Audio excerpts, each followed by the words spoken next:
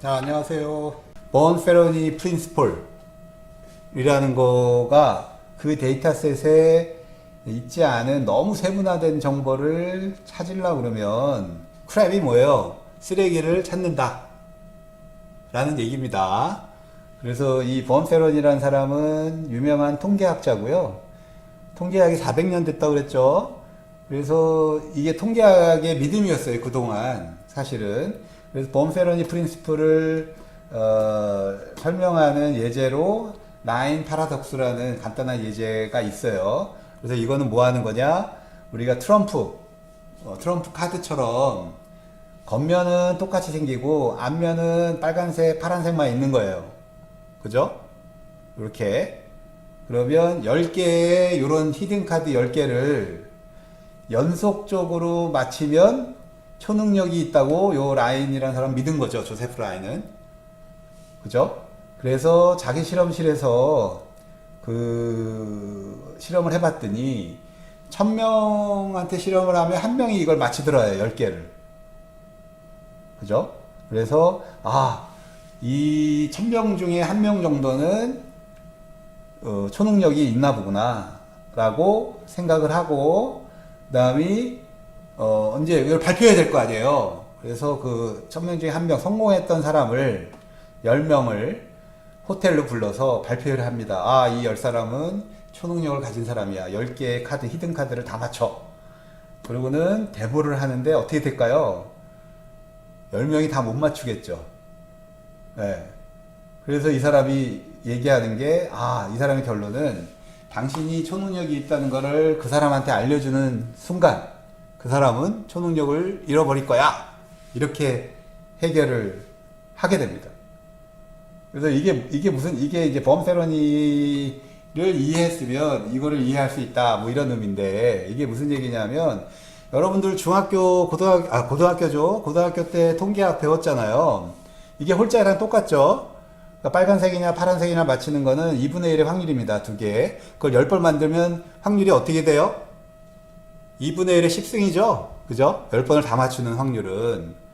그래서, 되게 확률이 되게 낮습니다.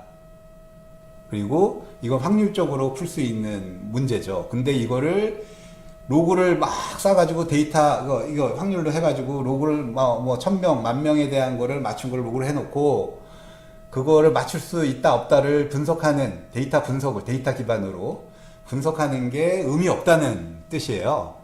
여기서 얘기는 번페로니 프린시플은 왜? 확률적으로 관찰에 의해서 더 이상 나올 수 없는 정보를 찾아내고 있다. 그 얘기인 거죠. 그게 통계학에서는 정설로 맞춰져 왔습니다. 그래서 이게 번페로니 프린시플이 되게 유명한데요. 이걸 깬 게 있죠. 요새 빅데이터는 이걸 찾는 게 아니에요.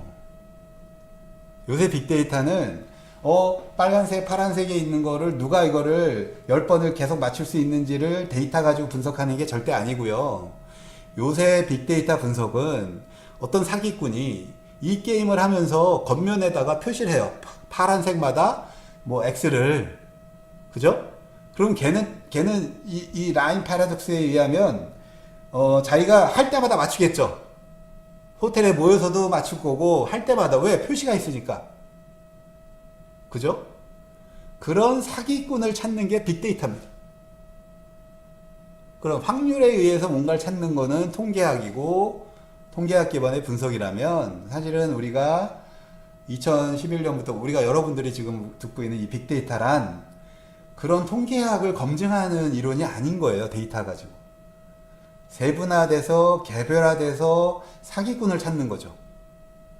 지금 그런 거예요. 뭐 중동의 테러리스트 찾을 수 있을까요? 없을까요? 라인 패러독스 또는 번페로니 프린시플에 의하면 못 찾아요. 왜?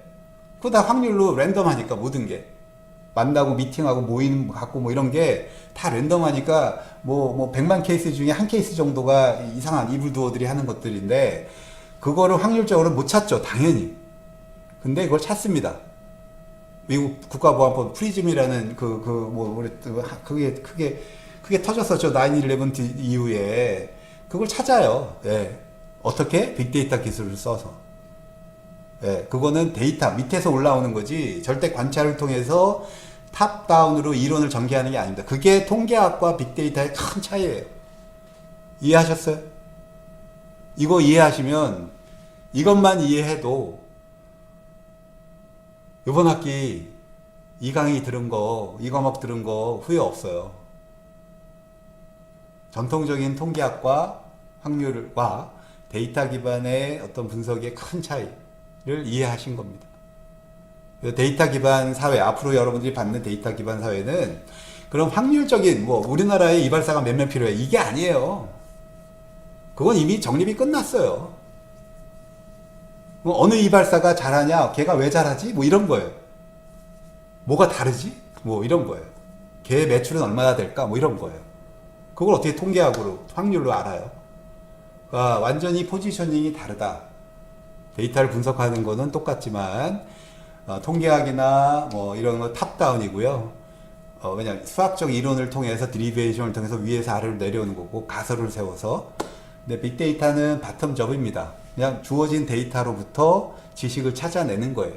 낮게부터. 예. 그래서 이거와 비슷한 게 뭐 보험 사기 뭐 이런 거 있잖아요.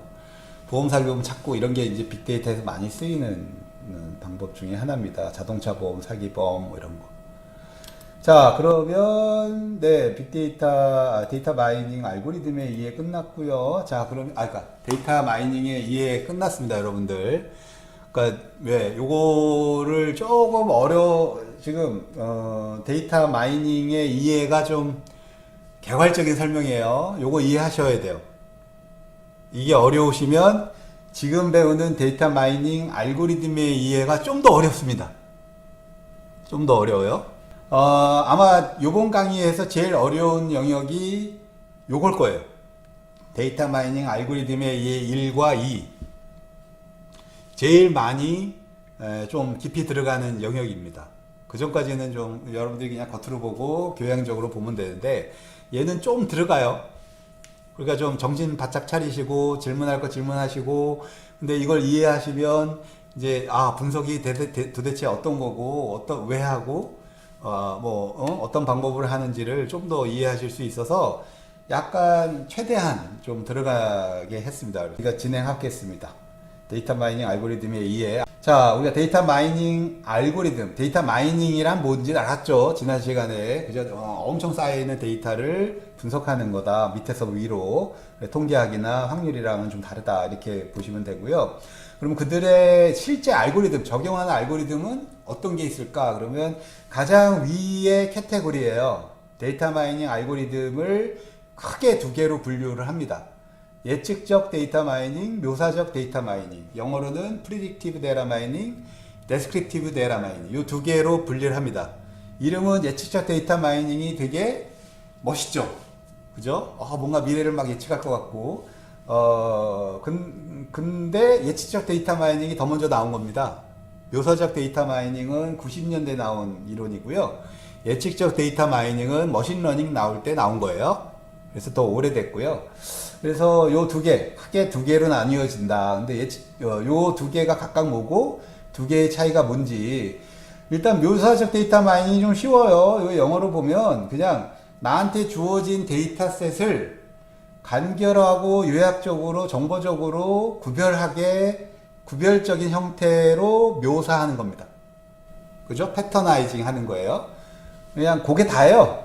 그냥 데이터가 10만 건 있어. 그럼 그걸 내가 쭉 분석했더니 여기는 그냥 1학년, 대학생 1학년이 사는 뭐야 이런 식으로 학생년별로 그걸 묘사하는 거예요. 데이터가 어떤 거다. 예측적 데이터 마이닝은 약간 좀 달라요. 얘는 데이터가 학습을 시켜요. 학습을 시켜서 학습용 DB가 있어야 됩니다. 그럼 학습용 DB를 가지고 모델을 만들고 그 모델에 근거해서 내가 학습하지 않은 데이터를 맞추는 거다. 이렇게 보시면 돼요. 자, 그래서 하나하나 봅시다. 그래서 예측적 데이터 마이닝 먼저 보면 시기열적으로 이게 먼저 나왔기 때문에 먼저 하는 겁니다. 그래서 예측적 데이터 마이닝은 내가 알지 못하는 또는 잃어버린 수치적 밸류들을 프리딕 예측하는 겁니다. 예측 수치적이든 클래스든 그건 뭐 알고리즘에 따라 달라요. 그래서 얘 스텝은 크게 요 세 가지가, 세 단계로 구성이 되는데요. 옛날 지나간 과거 데이터를 가지고 학습용 데이터를 만듭니다. 그죠? 예측적 데이터 모델은. 그래서 학습용 데이터가 필수적으로 필요하고요. 그럼 그게 만들어졌으면 요 학습용 데이터를 가지고 예측 모델을 만들어요. 그죠? 요 조금 전에 만든 요 DLE 학습용 데이터예요. 그럼 요 놈을 가지고 학습을 시킨 모델을 만들고, 여기까지가 이제 학습이 끝난 거예요. 2번까지가. 3번은 학습된 모델을 가지고 활용하는 겁니다. 그건 뭐냐? 과거 데이터가 아니라 지금 데이터, 내가 안 본 데이터를 가지고 미래값 또는 내가 모르는 거를 예측하는 거다. 이렇게 보시면 돼요. 그래서 제품 앞으로 6개월, 1년 후에 제품 매출을 예측하거나, 미래에 개봉되는, 앞으로 개봉되는 영화 관객 수를 예측하거나, 주식 가격 예측. 이건 모두가 하고 싶어 하는 거지만 잘 안 되죠. 자, 예측은 누구나 합니다. 그죠? 하다못해 분석 안 해도 예측할 수 있어요. 중요한 건 내가 예측한 게 얼마나 정답에 가깝냐. 이거가 중요한 겁니다. 자, 그래서 요 큰 틀, 과거 데이터를 가지고 학습용 데이터를 만들고, 그 학습용 데이터를 가지고 예측 모델을 만들고, 그 예측 모델을 가지고 미래에 내가 모르는 값을 예측하는 요 세 가지 단계로 구성된 게 예측적 데이터 마이닝이다. 이렇게 보시면 되고요. 대표적인 예측적 데이터 마이닝의 가장 간단한 알고리즘은 리니어 리그레션입니다. 선형 회귀 분석. 문과 학생들은 하여튼 통계학 들으면 이게 기본적으로 되는데, 이거 어렵게 생각하지 마세요. 여기서 얘기한 선형은 리니어입니다. 여러분들 고3 되면 y는 ax 플러스 b 알죠? 예, 그거예요. 그냥 모델 자체가 y는 ax 플러스 b이고, 여기서 학습할 거는 a와 b입니다. 개수. 그래서 우리가 학습해야 될 게 개수고, 우리의 데이터는 다 선형이다라고 가정하는 거예요. 선형 회귀 분석이란 선형 함수를 기반으로 학습 데이터가 주어지면 이 선형 함수에서 내가 모르는 a와 b를 개수를 찾으면 학습이 끝나는 거죠. 그래서 이게 이제 학습용 데이터다. 그러면 x, y 값이 x에 대해서 y 값이 쫙 이렇게 들어오면 나는 무조건 선형이야. 얘는. 그래서 y는 ax 선형 모델에 반영하면 요 기울기와 절편을, 요 학습용 데이터의 기울기와 절편을 찾는 과정이다. 이렇게 보시면 돼요. 이거 못 풀 사람 아무도 없어요. 연대 들어온 사람들은. 예. 그래서 예측 모델 결과는 a와 b다. 이렇게 보시면 되고요. 그거 과정을 좀 더 설명한 거죠. 요게. 자, 학습 데이터가 들어왔어. 아까 1번 끝났죠. 그러면 요게 내 데이터를 티피컬하게 표현하는 거야. 그래 트레이닝 데이터셋이라고 그러고, 이게 주어지고 나는 선형 회귀 분석 방법으로 학습할 거야. 그러면 얘를 이 2차원 공간에 뿌려요. x 대비 y로. 그러면 이 선들을 가장 에러가 없게 관통하는 리니어 선을 학습하는 겁니다. 이렇게 요 거리들이 최소화되는 거죠. 그리고 봤더니 y는 x 플러스 1이에요. 절편이 1이고 기울기가 1이에요. 요 학습 모델로 봤더니, 요 넣어봤더니, 그러면 예측 모델에서 학습된 결과는 개수 a는 1이고 b도 1이야. 이게 학습된 겁니다. 이게 모델이고 학습된 거예요. 그럼 과정 2가 끝났어요. 3은 뭐예요? 그러면 그거를 이렇게 학습이 된 거죠. 학습된 모델이 y는 x 플러스 1입니다. 이 데이터에 대해서 그 다음에 모델을 활용하는 과정이에요. 이미 학습했는데 그거니 미래 시점에 x가 75일 때 y 값은 뭘까? 그냥 x 대신에 75 넣으면 76이죠. 그렇게 예측해 주는 거예요. 아직 데이터가 발생 안 했지만 x가 75면 y는 76이야. 내 분석에 의하면 요게 이제 활용이에요. 됐죠? 물론 학습 데이터에 따라서 A와 B는 달라지겠죠. 그래서 학습 데이터가 되게 중요한 겁니다. 자, 예측적 데이터 마이닝 모델에서 가장 대표적인 활용도가 분류입니다. 분류. 클래시피케이션. 프리딕션과 클래시피케이션은 거의 같은 의미다. 이렇게 보시면 돼요. 그래서 분류는 클래시피케이션, 분류기인데요. 분류하냐? 클래스를 분류하는 겁니다. 여기서 얘기한 클래스가 아무거나도 돼요. 뭐냐? 예를 들면 여러분들 학습하고 싶은 목적에 따라 다르겠죠. 여러분들 대학생 중에 1, 2, 3, 4학년 그 학생이 몇 학년이냐를 분류하고 싶어. 그러면 여기서 보면 클래스는 학년이 되겠죠. 학년. 그래서 학년이 클래스고요. 그러면 뭐 만약에 또 남자냐 여자냐를 난 분류하고 싶어. 그러면 클래스는 두 분류밖에 없죠. 남자 여자. 아까 학년은 4개고 뭐 이런 식이 될 거예요. 또는 여러분들이 그 학생의 전공 학과를 분류하고 싶어. 알고 싶어. 그럼 연세대학교에 있는 학과 수가 분류가 되겠죠. 자, 그래서 분류와 프리딕션은 거의 똑같다고 보시면 되고요. 프리딕션은 수치를 예측하는 거고 분류는 클래스를 예측하는 겁니다. 자, 그래서 학습 데이터셋에 미리 정해진 데이터 레코드의 분류, 뭐 클래스, 뭐 이거 다 똑같은 용어인데요. 이 특징을 학습한 후 새로운 레코드가 몇 학년이냐, 남자냐, 여자냐를 분류하는 거예요. 내가 그 분류를 모를 때. 그래서 얘도 마찬가지입니다. 분류 모델을 학습하는 과정과 분류 모델을 활용하는 과정으로 분리되고요. 분류 모델을 학습하는 과정은 학습용 데이터베이스가 있어야 됩니다. 여기 학습 데이터. 그걸 영어로 트레이닝 데이터셋이라고 그러고요. 학습 데이터. 얘는 정교하게 데이터셋에 분류의 정답을 넣어서 1학년의 특징, 2학년의 특징, 3학년의 특징, 4학년의 특징이 다 나오게 잘 만들어져 있어야만 분류기가 좋은 게 정확도가 좋아집니다. 그죠? 학습 데이터에 남자만 넣어놨어. 그리고 분류 방법에다가 남녀를 분류하세요. 그러면 정답이 나오겠어요? 안 나오겠어요? 안 나오죠. 그래서 학습 데이터가 되게 중요합니다. 학습용 데이터가 잘 정리되어 있는 데이터를 가지고 분류 모델을 학습을 하고 그 학습된 분류 모델을 가지고 활용을 하게 됩니다. 아까 선형 회귀 방법이랑 똑같은 거죠? 네, 같습니다. 근데 내용만 달라져요. 약간 복잡해지는 거죠. 자, 봅시다. 예제를 들면 요게 학습용 데이터셋을 예제를 들면 이 학습용 데이터셋에는 정답 분류가 들어가야 됩니다. 분류가. 여기 분류라고 썼는데 분류 똑같아요. 자, 예를 들면 학생의 수강 과목으로 여러분들이 지금 수강 신청한 과목으로 수강하는 과목으로 학생이 문과생인지 이과생인지를 분류하는 모델을 만들고 싶다. 그죠? 그러면 이렇게 학습용 데이터셋이 있는 거예요. 수강 과목 쫙 있고 학습용 데이터셋은 요게 수강하는 과목이고요. 그 과목을 수강하면 이과생이야, 문과생이야. 요게 분류예요. 정답 분류. 그죠? 학습용에는 요 정답이 있어야 됩니다. 그죠? 그래서 요 정답인 클래스 분류가 같이 표현되어 있는 데이터셋. 그게 트레이닝 데이터셋이고요. 그러면 요걸 가지고 우리가 분류를 합니다. 이렇게 쫙 그러면 이쪽은 문과생, 이쪽은 이과생. 요게 분류기예요. 이게 개인이 수강하는 과목이 되겠죠. 그래서 분류. 아주 간단한 거예요. 네. 개념만 보면. 그래서 분류 모델 이렇게 분류가 되면 그러면 이건 학습용 데이터를 분류한 거니까 학습용 데이터셋은 버려요. 그럼 요 놈만 남죠? 요 놈만.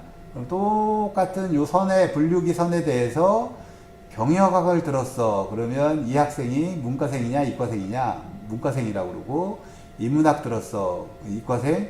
인문학 들었어. 뭐 그러면 이과생, 문과생 요렇게 그 학생 내가 지금 이 학생이 문과지 이과지 모르는 학생의 레코드를 보고 문과다 이과다를 예측하거나 분류하는 그런 겁니다. 그래서 여기 지금 활용할 때는 학습용 데이터셋에 사람이 들어오면 안 되겠죠. 이게 없으니까 정답이 없이. 그래서 이게 지금 분류가 예측적 데이터 마이닝의 큰 포션인데 대부분의 머신러닝은 다 분류 기법입니다. 지금 여기서부터 우리가 결정 나무는 봤나요? 이게 서포트 SVM, 디시전 트리, 뉴럴 네트워크 이런 것들이 다 머신러닝 알고리즘인데 얘들은 다 분류 기법이에요. 그래서 얘들은 다 학습 데이터가 필요하고 예측적 데이터 마이닝이고, 그래서 학습 데이터가 필요하고 학습된 데이터로 분류기를 만들면 그걸 활용하는 모델이다. 그래서 요 정도는 알고 계셔야 됩니다. SVM은 이렇게 선으로 자르는 건데요. 하여튼 그래서 그걸 정도 자세히 설명할게요. 서포트 벡터 머신 SVM이란 지지도 벡터 머신인데, 복수계의 분리선, 아까 선형으로 자르면 이게 지금 요게 그건데, 내가 데이터 공간인데 요 선 직선으로 잘라서 얘는 문과생 얘는 이과생으로 하잖아요. 그럼 에러가 많겠죠, 하나 쓰면. 그래서 데이터 공간을 직선을 여러 개 써서 정교하게 자르자, 그게 요런 거예요. 하나가 아니라 직선 여러 개. 학습 데이터에서 뭐 이쪽 문과생, 이과생, 문과생, 이과생 이런 식으로. 그거를 가지고 SVM 활용 모델은 학습된 거 여러 선 개수는 학습하면서 결정합니다. 자동으로 해줘요. 그래서 그 학습 모델을 실제 적용하는 그런 겁니다. 그래서 새로운 레코드에 분류를 하는 방법이에요. 이거와 똑같은 틀인데, 이제 직선의 조합이 아니라 결정나무라는 디시전 추리 방법이 또 있어요. 이게 되게 많이 쓰이는 건데, 얘도 똑같아요. 학습용 데이터는 똑같아요. 정답 부류가 있고, 그 중에서 내가 어느 과목을 수강했느냐를 보고 리프노, 이게 좀 추리라고 그래요. 이런 거를 컴퓨터 과학과에서는 이렇게 위에가 뿌리고요, 맨 위에 있는 얘가 뿌리고, 요 밑에가 잎사귀라 그랬고, 이걸 데이터 구조에서 추리 구조라고 일반적으로 합니다. 그러니까 이런 형태를, 그죠? 그래서 이거를 디시전 추리라고 합니다. 의사결정. 그래서 그 사람이 수강하는 과목을 이렇게 여러 개, 수학을 듣고, 수학 1을 듣고 수 2를 들으면 이과생이죠. 근데 수 1을 듣고 경제학을 들었어, 그럼 문과생이야. 마찬가지로 인문학만 들었어, 그럼 문과생이야. 통계학 듣고 물리학 들었어, 이과생인데, 통계학을 듣고 경영학을 들었어, 문과생이야. 뭐 이런 식이에요. 그러니까 한 과목 하나 갖고 결정하는 게 아니라 여러 개로 이렇게 들은 과목을 이렇게 결정하는 추리를 경하는 거죠. 그러면 리프노드가 해당 학생의 부류가 되는 겁니다. 지금 아까 여기는 이렇게 영역이 그 학생의 부류가 되는 거고요. 그래서 요 추리 자체를 학습해요. 아까 우리 선형 회귀 분석에서 선의 개수를 학습했듯이 디시전 추리는 이런 추리를 학습을 합니다. 만들어요. 그래서 요때 학습한 걸 가지고 내가 모르는 사람의 수강 내역을 보고 그 학생이 문과생이야, 이과생이야를 분류하는 거죠. 이해되나요? 요 디시전 추리는 되게 많이 쓰입니다. 그래서 여러분들 당장 데이터 사이언티스트로 배우러 가면 이거 배우고요. 추리 하나 가지고 정확도가 떨어지니까, 추리 나무잖아요, 나무. 나무가 여러 개 모인 게 뭐예요? 숲이잖아, 숲. 그래서 랜덤 포리스트라는 게 요거의 이론으로 되는 거고, 랜덤 포리스트는 되게 많이 쓰입니다. 근데 그것까지 여기 넣기에는 여러분들 너무 많은 걸 내가 요구하는 거라 안 넣었어요. 안 넣었지만 이런 나무 구조를 학습하고 그걸로 분류를 한다. 내가 모르는 사람의 문과생이냐 이과생이냐를. 그러면 이걸 일반화하면 1학년이다 2학년이다 3학년 뭐 이거 수강 과목이 아니라 뭐 수강 과목도 되겠지만 뭐 생활 형태, 뭐 아침에 일찍 오냐 늦게 오냐, 뭐 동아리 활동 많이 하냐 안 하냐 뭐 이런 것들이죠. 그런 학생의 어떤 생활들을 학습 데이터로 넣고 그 학생이 1학년이냐 2학년이냐 여기다 부류를 넣어놓으면 그걸로 학습을 해요. 그럼 어느 부류일 때 1학년, 어느 부류일 때 2학년 이런 식으로 리프노도 나오고, 그런 추리가 만들어지면 걔를 가지고 몇 학년인지 모르는 사람의 로그를 집어넣죠.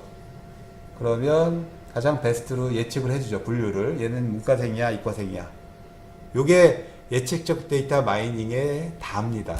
학습 데이터는 정교하게 디자인이 되어 있고 사실이 들어가 있는 거예요. 1학년의 특수성, 2학년의 특수성, 3학년, 3학년 다 들어가야 돼. 그죠? 그리고 그걸 가지고 디시전 추리 같이 저렇게 추리 형태로 만드는. 자, 하나 더 할게요.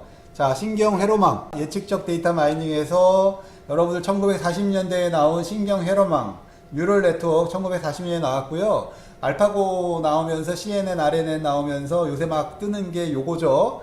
요거는 사람의 뇌인지 작동 방법을 그대로 학습에 적용한 거고요. 얘도 예측 모델이에요. 그래서 이런 식으로 입력 노드와 출력 노드를 두고 요 뉴런들이 쫙 있어서 이들의 연결고리를 학습합니다.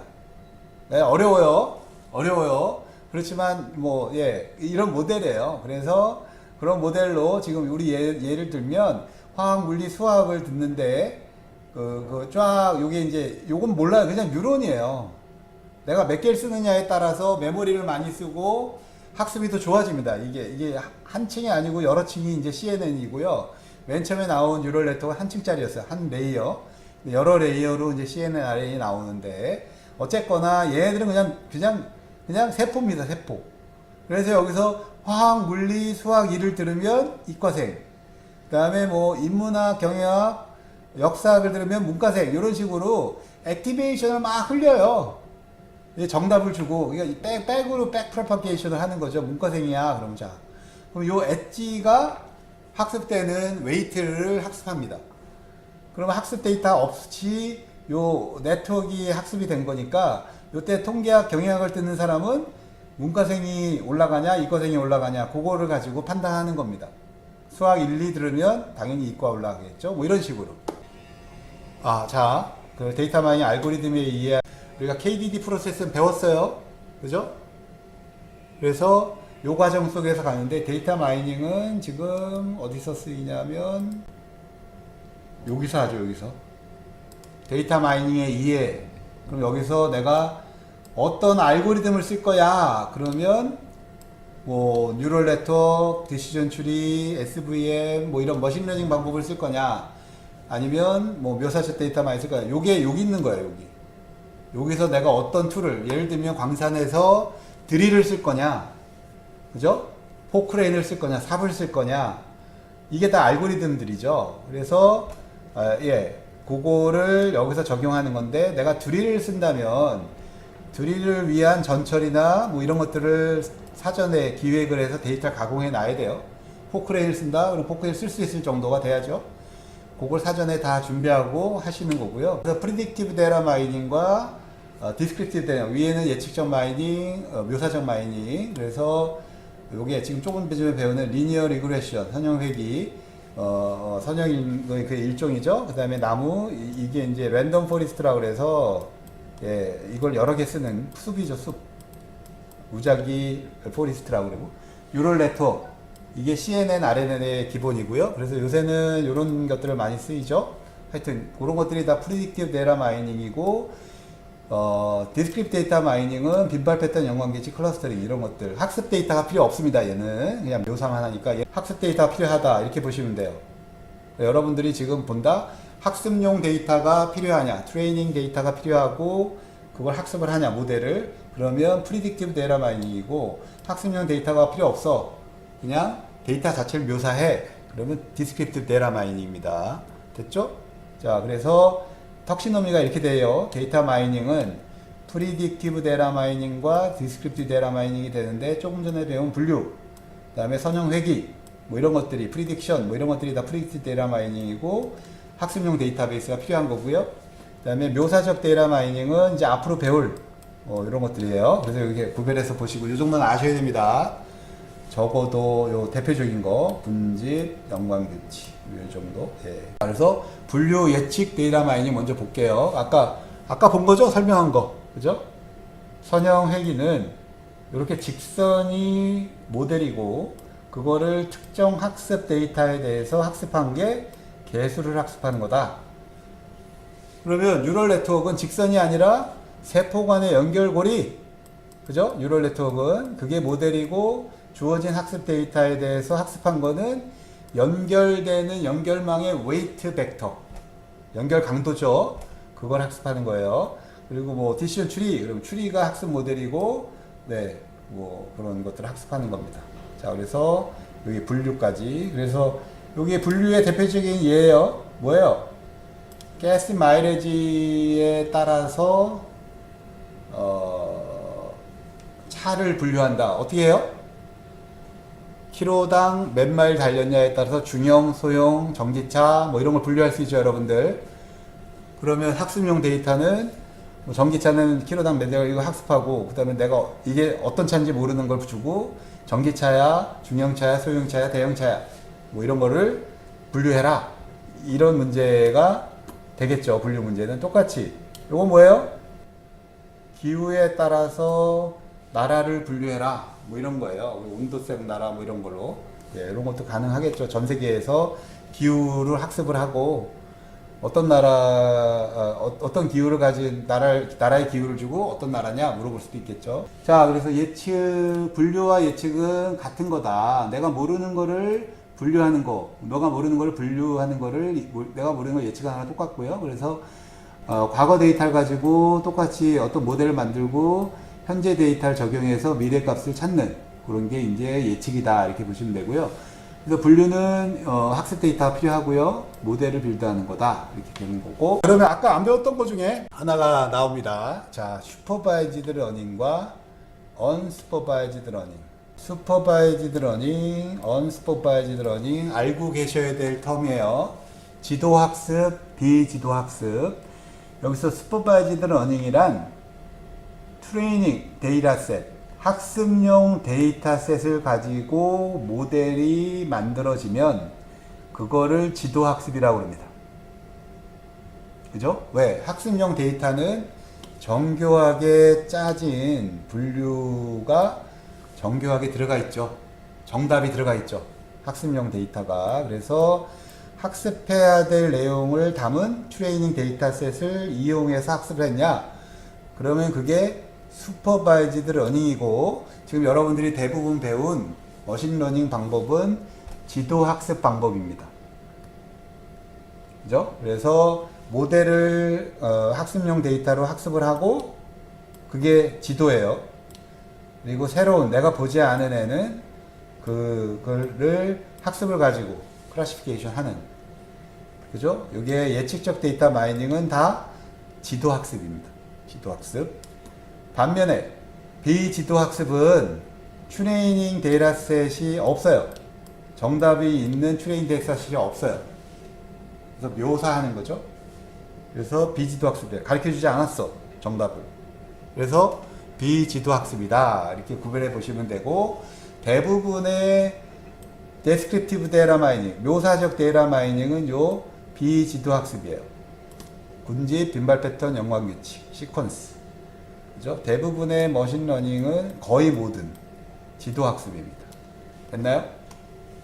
근데 꼭 비지도학습과 하여튼 그거 뒤에 더 얘기할게요. 일단 이렇게 정의하시면 됩니다. 클래시피케이션의 두 단계는 모델을 학습하는 거, 그 다음에 모델을 사용하는 거, 이렇게 두 개로 나눠져 있죠. 그래서 여기는 트레이닝 데이터셋을 써서 학습을 하는 거다 라고 설명했고, 학습된 모델을 쓰는 거다, 이런 거예요. 그래서 요거요. 교수님들 조교수, 부교수, 정교수 나눠져 있죠. 학교에 얼마나 있었냐에 따라서 요걸 학습용 데이터로, 여기 지금 테니어 받았냐 안 받았냐가 있잖아요. 그래서 테니어 받았다 안 받았다를, 요게 이제 부류예요. 클래스. 요걸 학습하고 싶은 거예요. 그래서 클래시피케이션, 머신러닝, 아까 뉴럴 네트워크나 디시전 트리, SVM 아무거나 써도 됩니다. 그래서 요 분류기를 학습을 해서 봤더니 풀 프로페서거나 6년 이상 됐으면 테니어를 받았어, 뭐 이런 거죠. 네, 예, 이렇게. 그러면 요거를 학습을 했으면 그걸 이제 이용하는 거예요. 그러면 안 본 사람, 제프라는 프로페서가 4년 됐어요. 이 사람이 테니어 받았을 거예요, 안 받았을 거예요? 예, 뭐 이런 거예요. 예스다 그러면 받았다, 뭐 이렇게 되는 거죠. 예, 요게 이제 예제고요. 자, 그래서 분류 기법의 예제입니다.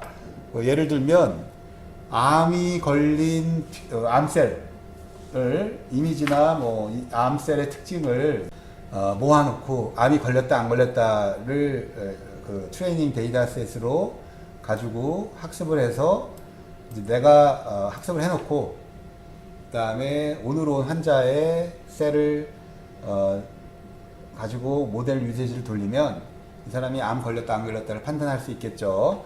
마찬가지로 크레딧 카드 트랜잭션, 여러분들이 해외에서 막 쓰면 여러분들이 잘 쓰는 트랜잭션들을 가지고 학습을 해. 근데 여러분들이 한 번도 안 쓰는 거면 이건 이 사람이 안 쓴 거야. 뭐 이런 것들을 분류할 수 있죠. 마찬가지로 뭐 프로틴도 마찬가지고, 네, 뭐 파이낸스나 기후, 내일 어떻게 될 거야, 엔터테인먼트, 뭐 아까 영화, 뭐 스포츠, 뭐 이길 거야, 질 거야, 뭐 요번에 들어오는 게 스트라이크, 아니면 요번이 요새 야구 같은 거요. 피처가 누구냐, 타자가 누구냐에 따라서 수비진의 위치를 바꾸죠. 그런 것도 다 이런 것들을 써서 할 수 있습니다. 네, 그래서 클래시피케이션. 그래서 여기 나오죠. SVM, DT, 뉴럴 네트워크, 이게 기본적인 거고, DT가 랜덤 포리스트로 뉴럴 네트워크 CNN, RNN으로도 계속 발전하고 있습니다. 자, 요거 봤던 거고. 그러니까 결국은 문과생이 많은 영역을 이렇게 영역으로 뽑아내는 거예요. 과목으로 보는 게 아니라. 그리고 나서 그 영역의 특징을 과목으로 뽑아내는 겁니다. 됐죠? 네, 똑같이 영역을 분할하는 거고, 네, 디시전 트리도 이렇게. 이거 좀 복잡한 게 나오고, 요거까지 갔네요. 이제, 요거 뭐 하는 거냐면, 어떤 사람이, 테니스를 친다, 안 친다를, 결정하는, 학습하는 겁니다. 이게 학습용 데이터예요. 트레이닝 데이터셋. 그럼 요게 이제 부류죠, 부류. 그날, 그 사람이 테니스 쳤다, 안 쳤다. 요 세 개의 속성이 데이터 레코드고요. 과거의 데이터예요. 그러면, 뭐, 해가 비치고, 온도가 높고 바람이 많고 바람이 적고 휴미드 습도가 높을 때 테니스를 안 치더라 안 쳤다예요 옛날에. 요걸 학습을 해서 만들어낸 디시전 트리가 요 놈입니다. 그랬더니 아웃룩이라는 속성 요 속성이죠. 요게 제일 그 친다 안 친다의 영향을 크게 주더라 뭐 이런 거예요. 그래서 맨 루트에 있고요. 그게 오늘 써니일 때 습도가 노말이면 오늘 테니스 친다. 이게 유세지죠. 그래서 이걸 어떻게 하냐? 디시전 트리에서 분류를. 요거요. 엔트로피 개념. 엔트로피란 건데요. 딴 게 아니라 불순도예요. 불순도. 어떤 군집의 불순도를 측정하는 매저입니다. 자, 그래서 분류가 C1, C2예요. 이게 분류하기. 예를 들면 남자, 여자. 어떤 군집이에요. 여기 어떤 군집인데 이 군집의 불순도란 동일한 분류로 돼 있다면 불순도가 없는 거고, 제일 나쁜 게 언제냐면 요거예요. 남자가 반이고 여자가 반이면 이 군집이 남자 군집이에요, 여자 군집이에요? 모르죠. 불순도가 제일 높은 겁니다. 그래서 제일 나쁜 경우고요. 그게 엔트로피예요. 그래서 그걸 계산하는 수식인데, 이거 봐요. 남자 여자가 반반 나오는 거는 엔트로피가 1이 돼버립니다. 왜? 아까 그 수식 때문에. 근데 남자가 75, 여자가 25 그러면 이게 좀 1보다 작아지죠. 불순도가 낮아집니다. 요건 어때요? 남자가 나올 확률이 1이고 여자가 나올 0이에요. 군대같이. 요새 뭐 달라졌지만 하여튼. 그러면 불순도는 0이죠. 이게 언제예요? 그 군집이 하나로 다 묶였을 때. 그죠? 그래서 요 매절 가지고 불순도가 낮은 쪽으로 디시전 트리를 분류하게 됩니다. 그래서 요게 이제 대표적인 예인데 60명을 분류하는 학습 데이터예요. 30명이 여자, 30명이 남자예요. 근데 이들의 DB는 머리의 색, 머리의 길이, 그 다음에 화장을 했냐 안 했냐, 요 세 개의 속성. 관계형 DB 보면 속성이죠. 아주 간단한 예제입니다. 속성 세 개로 남녀를 구별하겠다. Y는 성별. 그래서 분류 문제예요. 자, 그러면 이게 머리 색깔로 했더니 60명 중에 남자가 20명, 여자가 20명이 붉은색이고 10명이 붉은색이 아니야. 그러면 이게 불순도가 제일 높은 거죠. 엔트로피 1이니까. 이게 무슨 의미예요? 머리 색을 가지고 이 60명을 분류하는 건 되게 나쁜 거죠. 효과가 별로 없어. 그럼 두 번째, 우리 DB에서 보니까 머리 길이가 있어요. 그래서 이 길이의 값은 짧으냐 기냐 이 두 가지가 밖에 없어요. 그래서 그걸 가지고 긴 애와 짧은 애를 분류했더니 긴 애 여자가 15명이 길고 5명의 남자가 길어요. 짧은 사람은 15명이 여자가 짧고 25명이 짧아. 그랬더니 요 분류된 요 군의 엔트로피를 구했더니 0.85예요. 아까보다 낮았죠? 그러니까 머리 색보다는 머리 길이로 남녀를 구별하는 게 더 효과적이다라는 판단인데, 그거보다 더 좋은 게 이거겠죠. 이거 화장을 했냐 안 했냐 봤더니 20명이 화장을 여자는 했고 이게 F가 빠졌어요. 이렇게 20명이 화장을 했고 아무도 남자 중에는 화장을 안 했어요. 이거의 불순도 뭐예요? 0이죠. 얘는 불순도가 아까보다 좋아요. 그러니까 화장을 했냐 안 했냐라는 게 루트로 올라가서 의사결정을 하는 게 좋겠다 뭐 이런 거예요. 예, 이렇게 찾아집니다. 그래서 여기도 마찬가지죠. 머리하고 눈색하고 그래서 A와 B가 뭐 A를 남자, O를 여자 뭐 이렇게 해도 되고 A라는 특정 그룹, O라는 특정 그룹 이렇게 보셔도 돼요. 자, 그래서 이게 트레이닝 데이터셋이에요. 똑같이 요 세 개의 속성을 가지고 요 놈을 학습하는 겁니다. 그죠? 그러면 머리색으로 분류했더니 지금 현재 총 몇 명이에요? 8명이잖아요. 8명. 학습 데이터가 총 8개니까 8명을 그러니까 이게 하이트죠. 키로 분류했더니 키는 톨하고 숄밖에 없어요. 분류했더니 톨이 요렇게 숏이 요렇게 해요. 그러면 A와 O가 이렇게 분류된 게 보면 그러면 이게 엔트로피 값이 되죠. 요 분류된 애의 엔트로피 값 5분의 3이 A고 5분의 A가 5니까 불순도가 꽤 높죠? 얘도 불순도가 높아요. 그래서 이 두 개를 했더니 불순도가 꽤 높아. 그래서 키 갖고는 안 되겠다. 그래서 머리 색까지 했더니 세 가지 값이 있어요. 다크하고 레드하고 브론드. 다크로 갔더니 다 A야. 그죠? 불순도가 제일 낮죠. 그리고 레드로 갔더니 다 O야. 불순도가 제일 낮죠. 요게 좀 헷갈리죠. 불순도가 반반이니까. 그러니까 얘는 이미 다 된 거예요. 그죠? 그래서 추가적으로 눈색으로 봤더니 블루하고 브라운이 있는데 얘는 다 A고 이게 좀 혼란도가 높죠. 그래서 뭐 어떤 게 제일 좋은가 봤더니 머리색이 제일 좋더라. 그래서 이렇게 만들어지는 겁니다.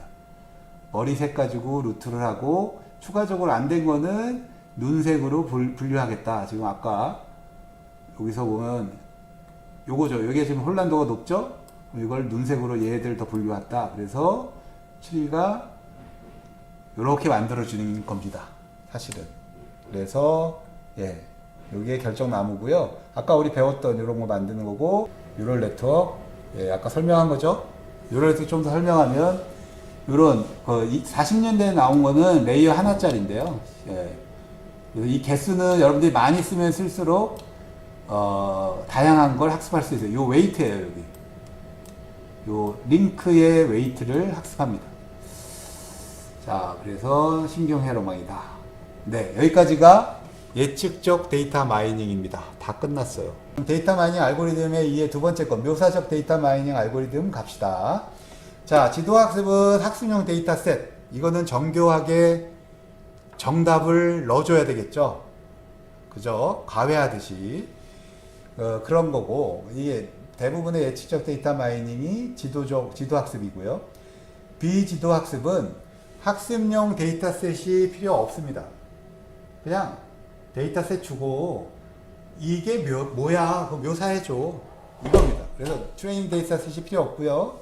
그냥 주어진 데이터셋의 특징이나 패턴을 찾아내는 거다. 이렇게 보시면 돼요. 그리고 대부분의 DB 기반.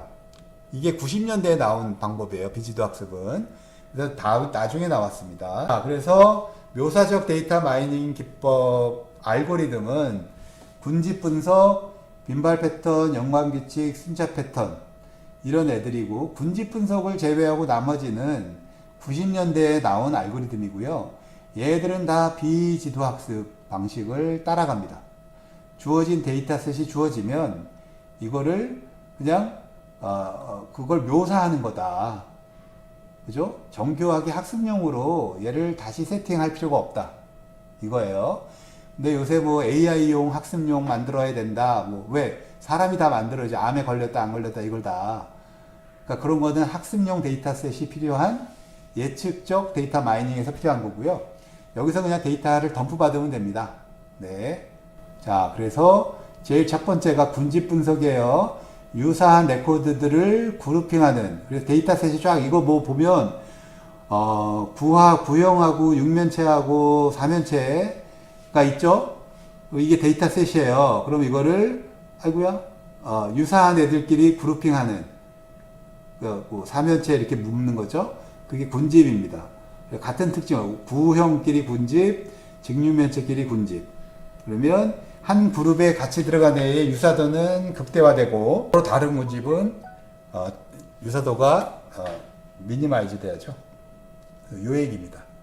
한 군집에 들어간 레코드들, 이 점이 다 레코드에게 분석 공간이니까 3D다 그럼 속성이 3개예요. 레코드들이 서로 유사동이 높고 서로 다른 애들끼리, 서로 다른 클러스터에 있는 레코드들끼리는 유사도가 줄어들어야 된다. 상위도죠. 상위도가 맥시마이즈 된다. 뭐 이런 거 디스턴스니까 거리가 좁아야 되고 얘는 거리가 커야 되고 이들 간의 거리는 요게 군집 분석의 원칙입니다. 원칙. 디스턴스는 거리예요. 상위도. 거리가 짧을수록 유사도 높은 거죠. 네. 자, 그래서 군집 분석과 분류, 클래시피케이션을 비교해 봅시다. 우리가 조금 전에 배운 분류는 지도 학습이에요. 학습 데이터가 필요하고 지도, 그 분류를 지도해 줘야 됩니다. 그 학습 데이터 때. 그래서 그 지도된 학습 데이터 가지고 분류하는 거고, 군집 분석은 비지도 학습이에요. 그래서 트레이닝 데이터셋이 필요 없습니다. 예를 들면 내가 1, 2, 3, 4학년을 분류하고 싶어. 그러면 학습 데이터에 그 학생의 학년이 1학년이다, 2학년이다 이걸 알려줘야 그걸 가지고 분류 모델을 만들잖아요. 근데 군집 분석은 안 알려줘요. 안 알려줘요. 그냥 1, 2, 3, 4학년 없어도 그냥 분류하라고 그래요. 그래서 군집이 일어난 다음에 얘들이 1학년이었네, 2학년이었네 특징을 나중에 찾는 겁니다. 그러니까 분류하는 학년 속성이 필요 없어요. 마찬가지로 남녀 마찬가지고요. 그래서 학습 데이터가 없다. 그래서 클러스터링은 unsupervised learning이고 트레이닝 데이터 필요 없고요. 클래시피케이션은 필요하다. 요거는 꼭 아셔야 됩니다. 묘사적 데이터 마이닝의 특징이니까. 그래서 군집 분석은 요게 이제 우리 데이터셋이 관계형 DB인데 속성이 2개짜리래요. 월급과 나이대밖에 없어요. 총 4명이죠? 그럼 얘를 군집 분석한다는 얘기는 2차원 공간에 요 레코드를 하나의 점으로 표현하겠죠? 그래서 나이대 뭐 그래가지고 군집은 거리가 가까운 애, 요 2개가 한 군집, 요 2개가 한 군집, 이들 간의 거리가 멀어, 뭐 이렇게 되는 거예요. 그래서 봤더니 군집이 한 2개 생기네. 젊은 애가 월급이 작은 거, 나이가 많은 사람이 월급이 큰 군집. 그래서 요게 한 군집, 요게 한 군집 이렇게 찾은 거예요. 그러면 나는 이 데이터셋을 2개의 군집으로 묘사했어. 그죠? 원본은 없어지고 묘사한 거죠. 클러스터링만 준 거.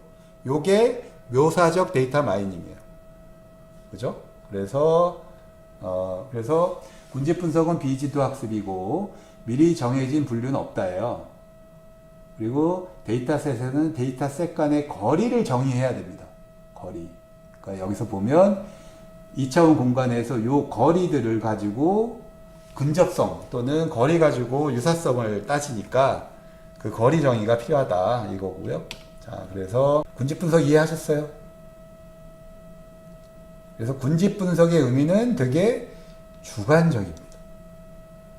그죠? 그래서 이렇게 보면 2차원 공간 나의 월급을 이렇게 K-민즈라는 알고리즘이 군집 분석의 대표적인 거라고 배웠죠. 1940년대에 나온 거. 그러면 K-민즈는 나는 군집을 2개로 나눌 거야 무조건. 그걸 인풋 분석가가 결정합니다. 그러면 초반에 1차 군집 이렇게 그냥 랜덤하게 그룹핑을 해요. 그래서 중앙값을 찾아요. 군집의 중앙값 요 빨간 값이죠. 두 번째 군집의 중앙값 빨간 값. 그러면 첫 번째 그룹의 중앙값, 두 번째 군집의 중앙값 요걸 찾았으니까 세 평균을 찾았죠. 군집에. 그리고 요 2개가 군집의 중앙값이라고 보고 다시 레코드를 재그룹합니다. 요거에 가까운 애로. 그러면 재그룹을 하면 요렇게 돼요.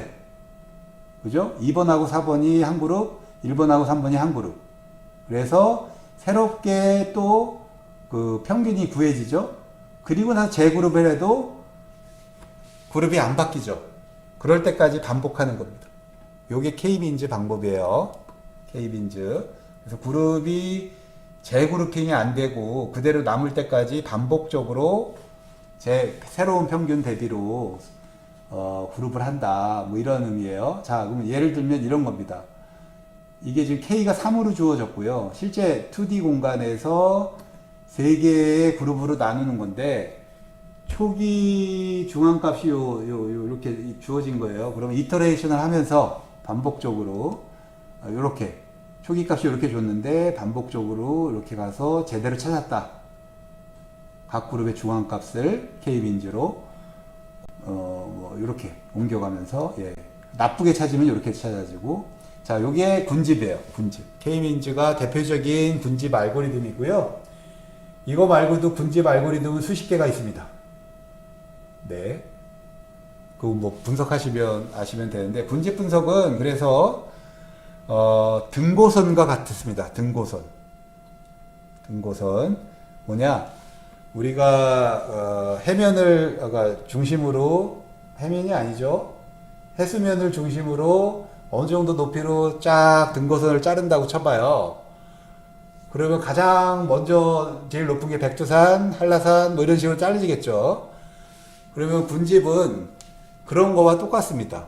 어떤 산이 데이터가 이렇게 쫙 모여서 빈도가 높으면서 이렇게 좀 뾰족하게 나온 걸 군집이라고 보는 거예요. 그러면 백두산, 한라산만 산이냐? 네, 우리 집 뒷동산에 있는 동산도 산이냐? 걔는 뾰족하지 않죠? 그래서 주관적이라는 거예요. 걔까지도 나는 군집으로 볼 거냐 말 거냐. 제일 명확한 군집은 어디예요? 장가계가 이렇게 그냥 뾰족하잖아요. 명확하잖아, 누가 봐도. 뒤에 동산은 저게 산인지 아닌지 모르잖아요. 그런 게 명확한 일수록 좋은 거죠. 좋은 거. 자, 거리가 중요하다는 건 요겁니다. 요거. 첫 번째 레코드가 여기 있잖아요. 요 점. 요 점. 두 번째 레코드가 요 점이에요. 그러면 첫 번째 레코드와 두 번째 레코드의 거리는 어떻게 돼요? 유클리안 디스턴스로 나오죠. 그죠? 뭐냐? 5만원, 10만원 사이, 그리고 20대에서 40대 사이, 그죠? 요 거리입니다. 유클리안 디스턴스, 해밍 디스턴스, 아무거나 돼요. 요 거리. 요 거리. 그건 누가 정의해? 분석가가 정의하는 겁니다. 그래서 클러스터링은 레코드와 레코드의 거리를 정의하시는 게 되게 중요해요. 자, 되셨나요? 자, 장가계 이해됐죠? 장가계와 우리 집 뒷동산하고는, 그래서 우리 집 뒷동산은 주관적인 거예요. 주관적인. 그래서, 예, 군집이 쓰기가 어려워요. 근데 하여튼, 그렇습니다. 자, 네, 그러면 군집 분석 한번, 군집 분석까지 오늘 보고 끝내보죠. 우리가 예제에서, 네, 여기 있네요. 묘사적 데이터 마이닝 앞에 보면 이게 비지도 학습은 데이터 주면 그거의 패턴을 찾는 거죠. 그죠? 그래서 이거 아까 본 거고, 군집 분석. 이게 아까 3D 공간, 3개 속성에서 레코드들이 점으로 표현됐을 때, 이렇게, 서로 간의 거리가 작으면 군집, 각자의 거리가 크면 별도의 군집이죠. 그래서 이렇게 군집한다. 이게 이제 얘예요. 내가 그냥 수학적인 데이터예요. X 속성, Y 속성, 2차원 공간에 4개의 레코드가 있잖아요. 그러면 각 점에서 서로 다른 점까지의 거리, 그거를 디스턴스라고 그래요. 유사도. 그래서 이렇게 다이고날로 계산이 되죠. 유클리언 디스턴스 계산하면 그게 거리예요. 그 거리가 짧을수록 짧은 애들끼리 있으면 군집이 되는 겁니다. 그죠? 짧은 애들끼리 있으면 군집, 먼 애는 군집이 아니고. K민즈 같은 경우는 레코드를 이미계의 K계, 이거 사용자가 주는 거고요. 그러면 K계의 평균값으로 가장 빈번하게 자르는 거. 이게 이런 거예요. 데이터가 이렇게 5개가 있는데 이 5개를 2개로 나누고 싶어. X값만 1차원이니까. 그러면 초기를 이렇게 그룹을 랜덤하게 지었어요. 얘 중심점은 4.5, 얘 중심점은 6이 되죠. 2개 더해서 2로 나누면 되고, 얘는 3개 더해서 3으로 나누면 되니까. 그러면 새로운 중심점이 구해졌으니까 얘를 중심으로 가까운 애끼리 다시 그룹핑을 합니다. 이렇게. 그러면 두 번째 그룹은 1, 2, 3, 4를 두 번째 하면 4.5에 가까운 애가 1, 2, 4가 되고 6에 가까운 애 6, 8이 돼요. 그래서 새로운 중심점이 새로 생겨요. 그러면 새로운 중심점을 다시 리그룹을 해요. 그랬더니 1, 2, 4, 6, 8 똑같이 변함이 없죠, 그룹이. 그러면 끝난 거예요. 이게 K민즈 방법입니다. 개념적으로. 더 이상 재그룹할 수 없으면 거기서 쓴다. 이렇게 보시면 되고요. 그래서 이렇게 두 개로 그룹핑하는, 어이구야, 이게 두 그룹핑이 되고, 뭐 변화가 돼서 새로운 거를 만들고, 이게 아까 설명한 겁니다. 예측적 데이터 마이닝을 배웠죠. 그래서 분류하고 클래시피케이션하고 프리딕션이 그런 건데, 대부분 슈퍼바이즈드 러닝, 그죠? 그 학습 데이터가 있어야만 모델을 만들 수 있는 거고, 모델을 사전에 학습을 해야 그거를 활용하는 두 단계로 나뉜다. 두 개의 과정으로. 그게 예측적 데이터 마이닝이었고, 그래서 묘사적 데이터 마이닝은 그 차이가 뭔가를 묘사하는 거다. 나한테 주어진 데이터셋을 묘사하는 거다. 그 데이터셋이 학습용이 아니어도 학습용이면 학습용을 묘사할 수도 있겠죠. 그러니까 굳이 학습용 DB가 필요로 하지는 않는다. 그냥 데이터셋 주면 받은 데이터셋을 묘사하는 알고리즘이 묘사적 데이터 마이닝이다 라고 보시면 되고, 야, 그러면 학습용은 뭐야? 학습용은 분류가 있는 거죠. 그죠? 이게 도둑놈이야 아니야. 그죠? 1학년, 2학년, 3학년이야. 내가 뭔가 분류하고 싶은 거에 정답이 담아져 있는 게 학습용이고, 그게 필요로 한 거는 분류 기법이나 예측 기법이에요. 그죠? 예측적 데이터 마이닝이고, 묘사적 데이터 마이닝은 내가 뭔가 의도가 없어요. 그냥 뭔가를 학습하겠다는 게 없고, 주어진 데이터셋을 그냥 마음을 비우고 묘사하겠다. 이겁니다. 네. 그래서 사전에 뭔가를 할 거를 갖지 있지 않아요. 그래서 비지도 학습이에요. 그냥 주어지면 그걸 묘사하겠다. 자, 그래서 이들의 대표적인 게 군집 분석, 빈발 패턴, 연관규칙, 순차 패턴. 이런 것들이 이제 묘사적 데이터 마이닝 기법의 대표적인 알고리즘이라고 얘기했죠. 그래서 군집 분석은 K민즈라고 해서 이게 얘는 좀 전에서부터 나왔고요. 근데 빈발 패턴, 연관규칙, 순차 패턴은 이게 90년대에 데이터베이스 기술이 들어가면서 나온 알고리즘입니다. 왜? 뭐 뒤에 보시면 알겠지만 뭐 수학이나 뭐 가설이나 이런 거 없어요. 오히려 알고리즘은 되게 쉬워요. 근데 문제는 DB 데이터를 전수적 전체를 다 보기 때문에 컴퓨팅 파워가 되게 많이 필요합니다. 그러니까 90년대에 어느 정도 컴퓨팅 파워가 커졌기 때문에 가능한 알고리즘이었기 때문에 그때 나온 거지. 뭐, 예, 그렇게 보시면 돼요. 그래서 얘는 무조건 비지도 학습입니다. 그죠? unsupervised learning. 누군가 가정교사가 필요 없어요. 학습용 데이터가 없으니까. 그냥 데이터 주면 그냥 묘사적 데이터 마이닝 알고리즘으로 이 많은 데이터를 그냥 요약 또는 거기 있는 패턴을 찾아내는 알고리즘이다. 이렇게 보시면 됩니다. 그래서, 네. 그래서, 우리가 그러면 제일 처음에 나오는 군집부터 한번 봅시다. 군집. 자, 군집 분석이란 애널리시스, 클러스터 분석, 뭐 이렇게 동의어를 얘기를 해요. 그래서 요 군집 분석은, 분류랑 다른 게, 분류는 지도 학습이고, 학습 트레이닝 데이터셋이 있어야 되고, 내가 학습시키고자 하는 결과 분류, 클래스가 이 학습용 데이터에 꼭 명시되어 있어야 돼요. 보험 사기범은 얘는 보험 사기범이야, 얘는 아니야, 뭐 이런 식이죠. 그래서 보험 사기범을 학습하는 거죠, 대비적으로. 자, 그게 분류라면 그걸 기반으로 어떤 사람이 보험 사기범일 거야를 예측하는 거죠. 야, 그게 이제 그 프리딕티브 마이닝이었고, 군집 분석은 비지도 학습으로 학습 데이터 필요 없습니다. 네, 그래서 그냥 데이터를 분석하는 그런 거다. 그래서 지난 시간에 잠깐 봤지만 예측 마이닝은 리그레션, 회귀 분석, 디시전 트리, 랜덤 포리스트, 뉴럴 네트워크, CNN, RNN 뭐 이런 거 계열, SVM 뭐 이런 계열들이죠. 그 다음에 묘사적 데이터 마이닝은 DB 기술, 군집 포함해서. 자, 군집 분석 봅시다. 군집 분석은 지난 시간에 얘기했듯이 레코드들이 이 거리를 재서 서로의 거리가 짧은 애들, 뭐예요? 우리가 나이대에 애라 그러면 나이 차이가 적을수록 유사한 거죠. 그죠? 예, 뭐 그런 거예요. 나이 차이가 많으면 유사성이 떨어지죠. 뭐 이런 거예요. 그러니까 유사라는 거를 어떤 레코드의 속성값으로 유사도를 정의하는. 그래서 이렇게 근접해 있는 여기 3차원 속성 3개짜리예요. 거기서 레코드 각각이 점으로 표현되는데 서로가 가까운 그게 이제 인트라 크로스 디스턴스라고 그래요. 서로 가까운 거를 군집하는 거고 서로 군집이 다른 애의 거리는 멀수록 좋은 거죠. 이렇게 찾아주는 게 군집 분석이에요. 예를 들면 1, 2, 3, 4학년을 내가 예측하고 싶어. 그러면 1학년끼리는 뭔가 뭐 성질이 특징이 속성의 값이 유사하겠죠. 어떤 게 대표적일까요? 1학년을 특징 지을 수 있는 속성은 뭐가 있을까요?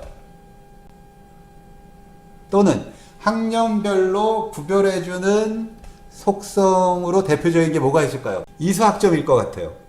그죠? 그걸 가지고 이산화를 하거나, 그죠?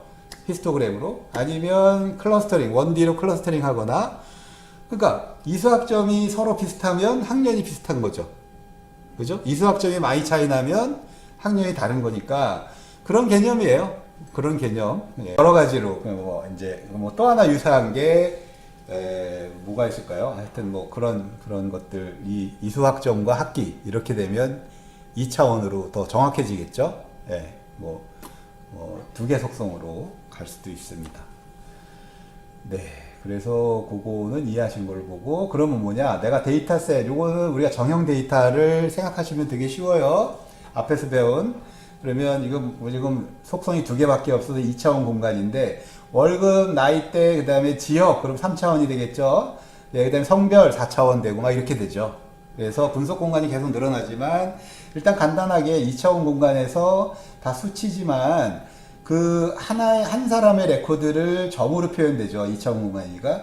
거기서 각 점 간의 거리는 이 레코드에서의 각 속성 간의 거리를 다 같이 표현한 거예요. 그래서 1번과 2번 간의 거리는 이렇게 되고 1번과 3번의 거리는 이렇게 되죠. 근데 1, 3이 좀 가까우니까 이게 클러스터가 되고 이게 클러스터가 되는 이게 이렇게 됩니다. 그래서 군집은 뭔가 이렇게 모여있는 형태를 보여주는 이게 지금 결국은 그래서 레코드 간의 거리를 정의하는 게 되게 중요하다 그랬어요. 지금 보면 XY 공간에서 2차원 공간에서 4개의 점 간의 거리 유클리안 디스턴스 또는 해밍 디스턴스 여러 가지가 있겠죠. 그건 분석가가 결정하는 겁니다. 근데 일반적으로 유클리안 디스턴스 제일 쉽게 많이 쓰죠.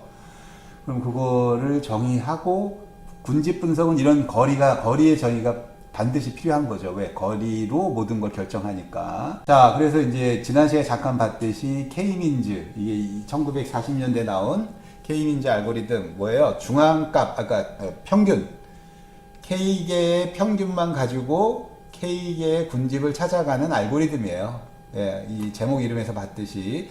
그럼 뭐냐? 첫 번째, K개의 평균. 내가 지금 나한테 주어진 DB가 내가 믿기로 K개의 군집이 있다고 믿고 K개의 임의의 평균을 랜덤하게 먼저 줍니다. 예, 그러면 그 K개의 평균, 임의로 찾아진 랜덤 K개의 평균에 각각의 레코드를 비교해서 가장 가까운 애를 같은 그룹으로 넣게 돼요. 그럼 K개의 군집이 나오겠죠? 네, K개의 그룹이 나와요. 그러면 다시 K개의 평균을 새로 구하고 그 새로 구한 게 변화가 있으면 다시 새로 구한 거에 대해서 그룹핑을 다시 하는 이런 거예요. 그래서 지난 시간에 봤듯이 지금 1차원 1, 2, 4, 6, 8이라는 1차원 데이터 속성이 하나짜리죠. 이 안에 내가 군집이 2개 있다고 믿는 거예요. 그래서 K를 2로 세팅을 하면 그래서 임의로 그룹을 해버려요. 1, 2, 6, 4, 8 그러면 이들의 평균은 첫 번째 그룹은 4.5, 두 번째 그룹은 6이 되잖아요.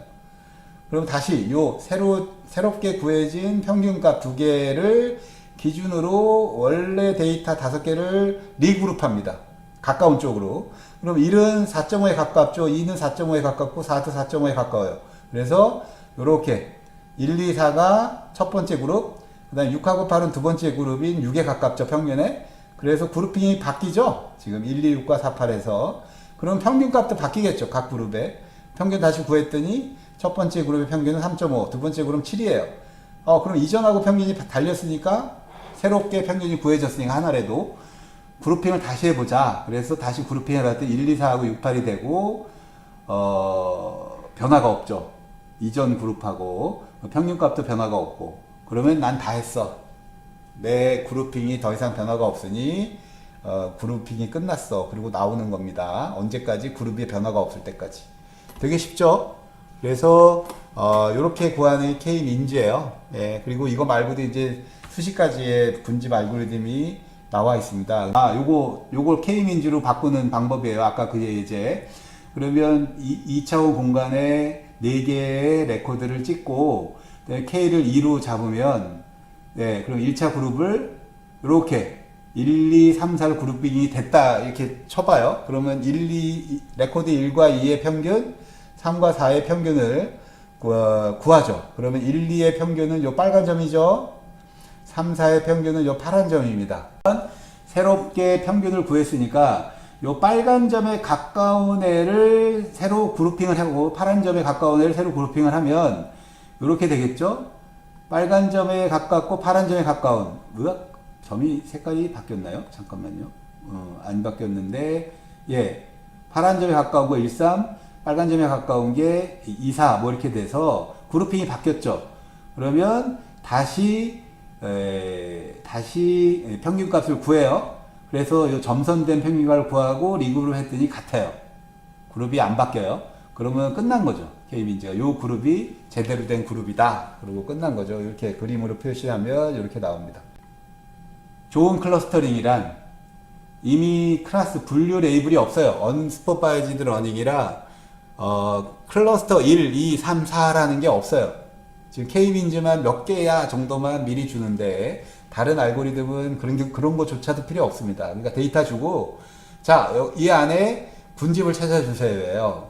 네. 그러면 만약에 데이터를 주고 새로운 클래스를 만들어야 돼요. 그럼 그런 게 이제 이런 거죠. 우리가 도시계획 하는데 도시계획 위에 위성 사진을 찍어서 집들이 모여 있는 클러스터를 찾는 겁니다. 그러면 그게 마을이죠. 하겠죠. GPS 자료를 잡아서 위성 사진으로 사진을 찍으면 집들이 모여 있는 거리, 서로 간의 거리가 작은데 그게 마을이고 아닌 데는 아닌 거죠. 그런 것들이 분집이에요. 마을을 찾는.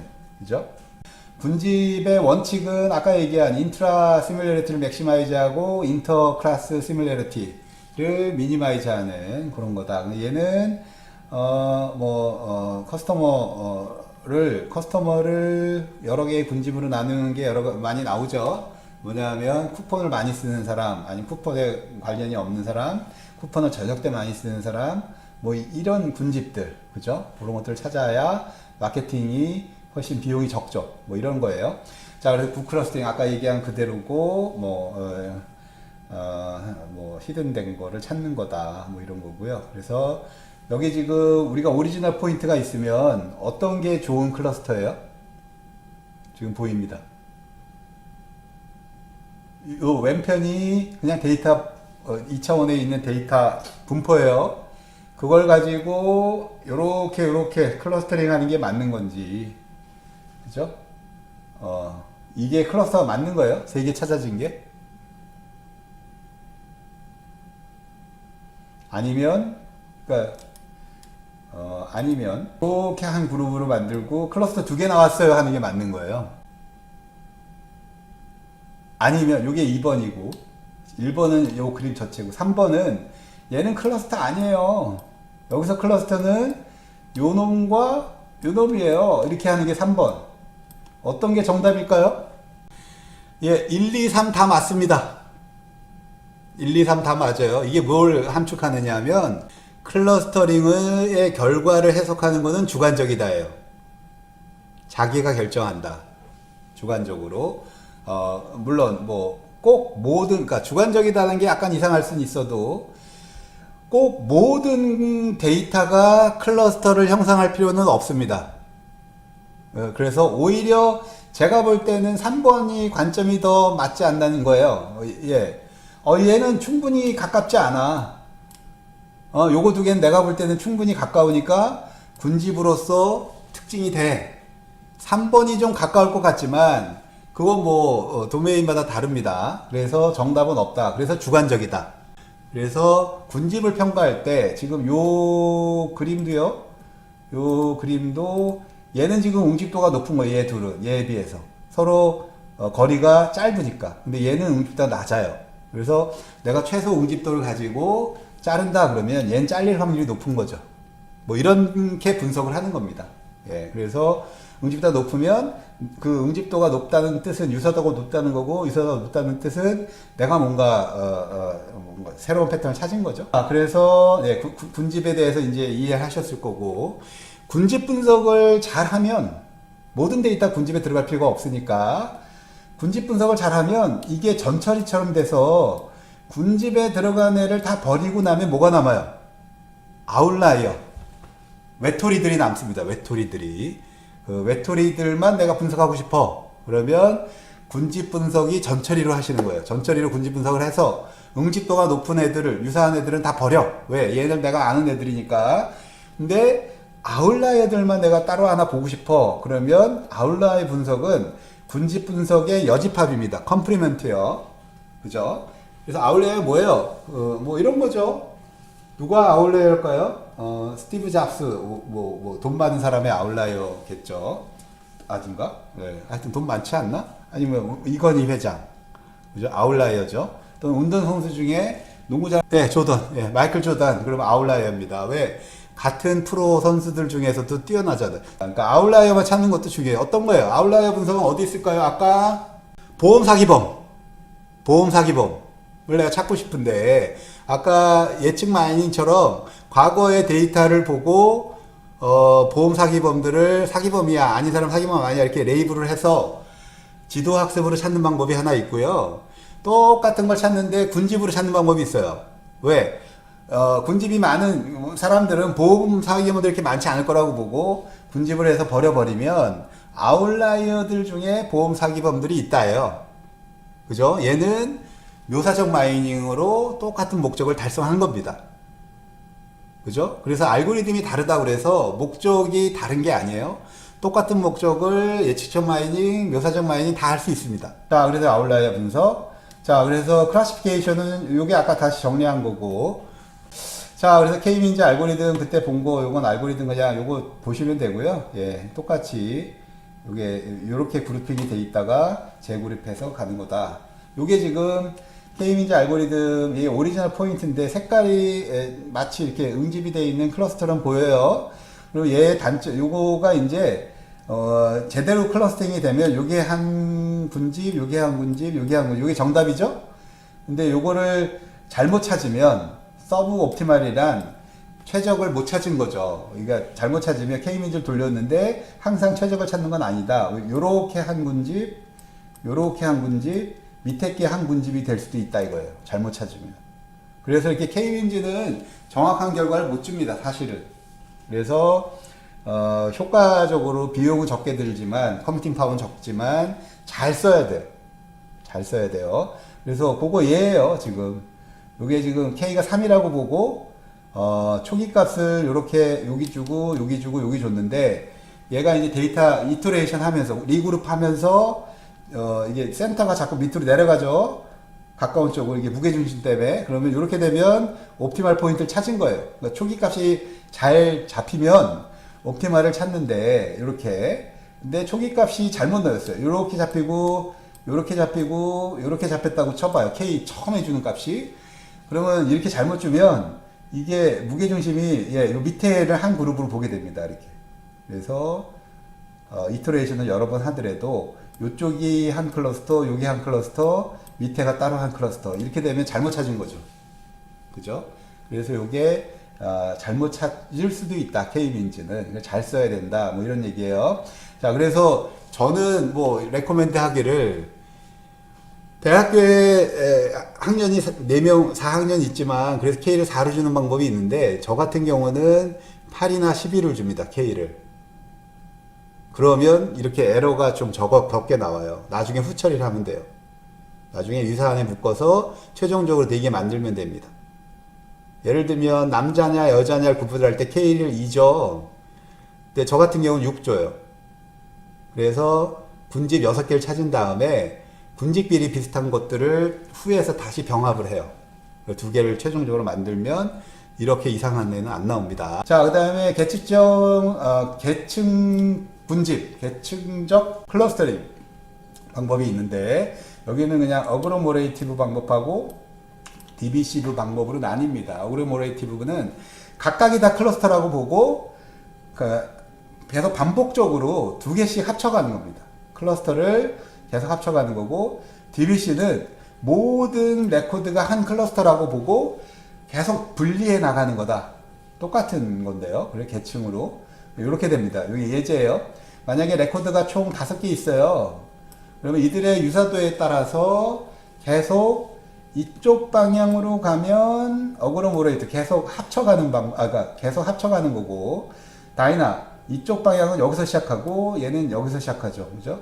다 DBC브 방법은 모든 애가 한 클러스터야 라고 하면서 계속 분할해 가는 겁니다. 그래서 이쪽 방향으로. 그래서 이런 가로 속에 있는 거는 패키지 이름이고요. 이거는 뭐 합쳐가는 요 정도까지가 있었는데, 뭐 이거 뭐 계층적 클러스터인 정도가 있다. 이렇게 보시면 K민주화, 이건 K민주화 다른 영역입니다. 자, 하여튼 그 정도 그냥 설명하고 갈게요. 그래서 군집 알고리즘을 어디다 쓸 거냐, 애플리케이션은 마케팅에서 그냥 고객 하나하나를 대응하는 것보다 유사한 특징을 갖는 고객의 군을 찾아서 그 군에 대해서 마케팅을 하는 거죠. 우리가 랜드 유즈, 그러니까 도시 LH에서 도시 개발할 때도 아까 우리 위성 사진으로 보면 여기 신도시 만들어야 돼, 뭐 신도시의 요구사항이 있다면 뭐 이런 것들을 찾는, 뭐 아니면 인슈런스, 그 다음에 시티 플랜, 요새 우리 스마트 시티 많이 하죠. 그러면 시티 내에, 도시 내에 어디다 뭐 병원을 만들고 뭐 이런 것들, 그다음에 지하철 어떻게 만들고 뭐 이런 거, 그 다음에 지진, 뭐 이런 것도 지진이 자주 일어나는 데를 군집을 하게 되면, 지진이 과거 일어났던 걸 다 GPS 지도에서 표시를 하면 그게 군집화가 되고 영역을 찾을 수 있어요. 그래서 이게 군집이다. 군집을 많이 쓴다. 뭐 이런 얘기죠. 왜? 거기에서 또 일어나니까.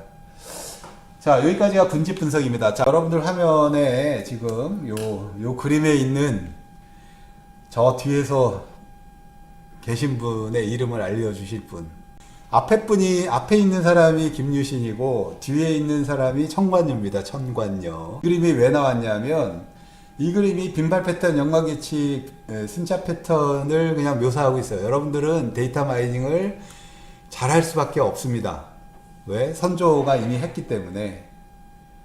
누가 했나요? 데이터 마이닝을? 이 그림에서? 말입니다, 말.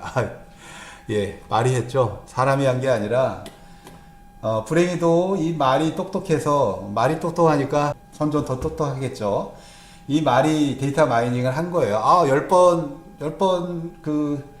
우리 주인님인, 김유신 장로님께서 10번 술이 취해서 갈 때, 항상 집으로 안 가고, 청관녀 집으로 가더라. 예, 우울할 때. 그래서, 오늘도 주인님이 우울하니까, 청관녀 집에 갈 거야. 그리고 갔다가, 예, 목이 잘렸죠, 그날. 더 기분이 나빠가지고, 예, 그런 겁니다.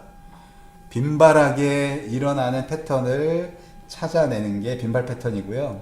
거기서의 조건부 확률로 룰을 찾아내는 게 연관규칙입니다. 그리고 빈발 패턴과 연관규칙은 동시에 일어나는 거가 대상이지만, 순차 패턴은 시간적인 간격을 두고 일어나는 패턴을 그것도 빈발하게, 여기 다 빈발한 겁니다. 빈발하게 일어나는 거를 찾는 겁니다. 근데 여기서 빈발하다고 그래서 한 가지 주의하실 게 이런 거예요. 김유신 장군이 퇴근할 때마다 청관녀 집에를 갔느냐? 그랬을까요? 이게 되게 중요합니다. 내가 말한 거 빈발 패턴이니까 집에 갈 때마다 청관녀 집에 가는 패턴을 얘기하는 건지, 아까 제가 말씀드린 10번 집에 갈 때 청관제는 한두 번 갔을 거예요. 그래야 뭐 나라왕이 되지. 맨날 술만 먹으면 되겠어요. 그건 뭐 역사학자는 아니지만. 근데 금요일 밤이나 또는 우울할 때는 꼭 청관제 집에 가더라 해요. 그러니까 매번 집에 간다와 그게 다릅니다. 예. 마찬가지예요. 그러니까 똑같이 여러분들도 그런 이전은 통계적으로 보는 거예요. 그냥 통계적인 분석은 집에 갈 때 뭐 이런 거고요. 전역적인 패턴을 찾는 거니까 데이터 마이닝은 계속 얘기 드리지만 지역 패턴을 찾는 겁니다. 주말 또는 우울할 때 뭐 그걸 어떻게 정의하든 그럴 때 나오는 작은 패턴들, 지역적인 패턴을 찾는 게 데이터 마이닝이다. 흔히들 통계학이랑 데이터 마이닝을 구별 못 하시는 분이 계세요. 예. 근데, 예. 번 페로니에서 보듯이 통계학은 데이터가 줄어들면, 예, 의미가 없어질 수 있어요.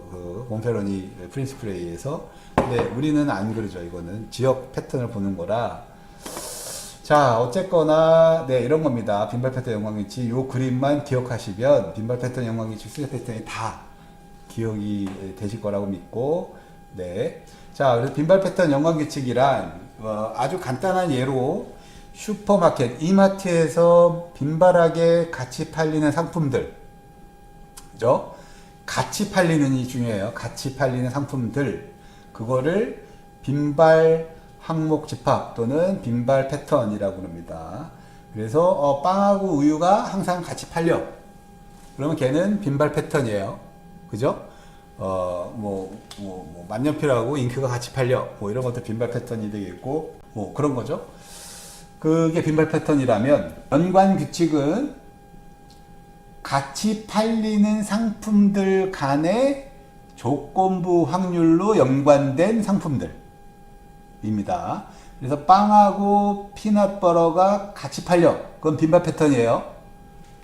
같이 팔린다는 얘기는, 우리가, 한 사람이 와서 빵하고 피넛버터를 같이 살 비율이 높은 것들이죠. 그죠? 그게 빈발 패턴이라면 연관 규칙은 조건부 확률이 거기 더 들어갑니다. 뭐냐 하면 빵하고 피넛버터는 같이 잘 팔리는데 빵을 사는 사람이 피넛버터를 사는 조건부 확률이 높다. 그게 연관 규칙이에요. 방향성이 있어요. 근데 역으로 피넛버터 사는 사람은 빵을 사는 확률이 그렇게 높지 않아. 그죠? 그렇게 된 방향성 때문에 두 개가 다 연관규칙이 안 나올 수가 있다는 거죠. 그래서 연관규칙은 빈발 패턴을 찾은 다음에 좀 더 조건부 확률, 그 빈발 패턴들 사이에 멱집합 조건부 확률을 찾아내는 거다. 이렇게 보시면 돼요. 그래서 빈발 패턴이나 연관규칙은 한 고객이 매장에 가서 한꺼번에 산 상품을 대상으로 보는 겁니다. 그래서 장바구니 분석이라고 그래요. 장바구니 분석.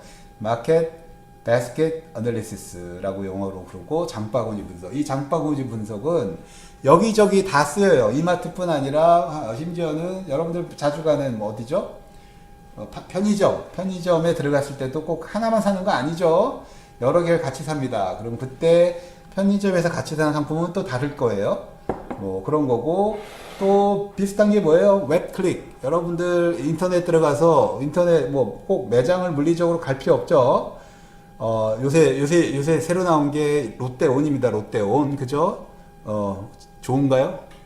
롯데온 써본 사람 잘 모르겠는데 하여튼 요새 뭐 롯데온이 새로 나온 개설하는 건데, 이런 온라인 쇼핑몰에 들어가서 고객이 한번 로그인하고 들어가서 여러 상품을 보게 될 텐데, 여러 상품을 본 거, 빈발하게 본 거가 빈발 패턴이 되겠고, 또는 거기 장바구니가 거기도 있죠. 거기 올려놓은, 빈발에 같이 올려놓은 거, 거기서 연관규칙 뭐 이런 것도 되는 거예요. 꼭 물리적인 슈퍼마켓이 아니라 동시에 하나의 어떤 연속, 또는 여러분들 구글 검색할 때 한 자리에 앉아서 연속적으로 치는 키워드들, 검색 키워드들을 동시에 본 키워드라고 정의를 하고, 빈발하게 보는 키워드 찾기 뭐 이런 것들도 대상이 됩니다.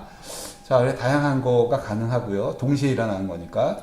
상품 배치, 상품을 어디다 배치할 거냐? 그러면 동시에 많이 팔리는 거를 옆에 놓으면 좋겠죠. 그래서 빵하고 우유가 같이 팔려. 그러면 항상 옆에 갖다 놓으면 되겠죠.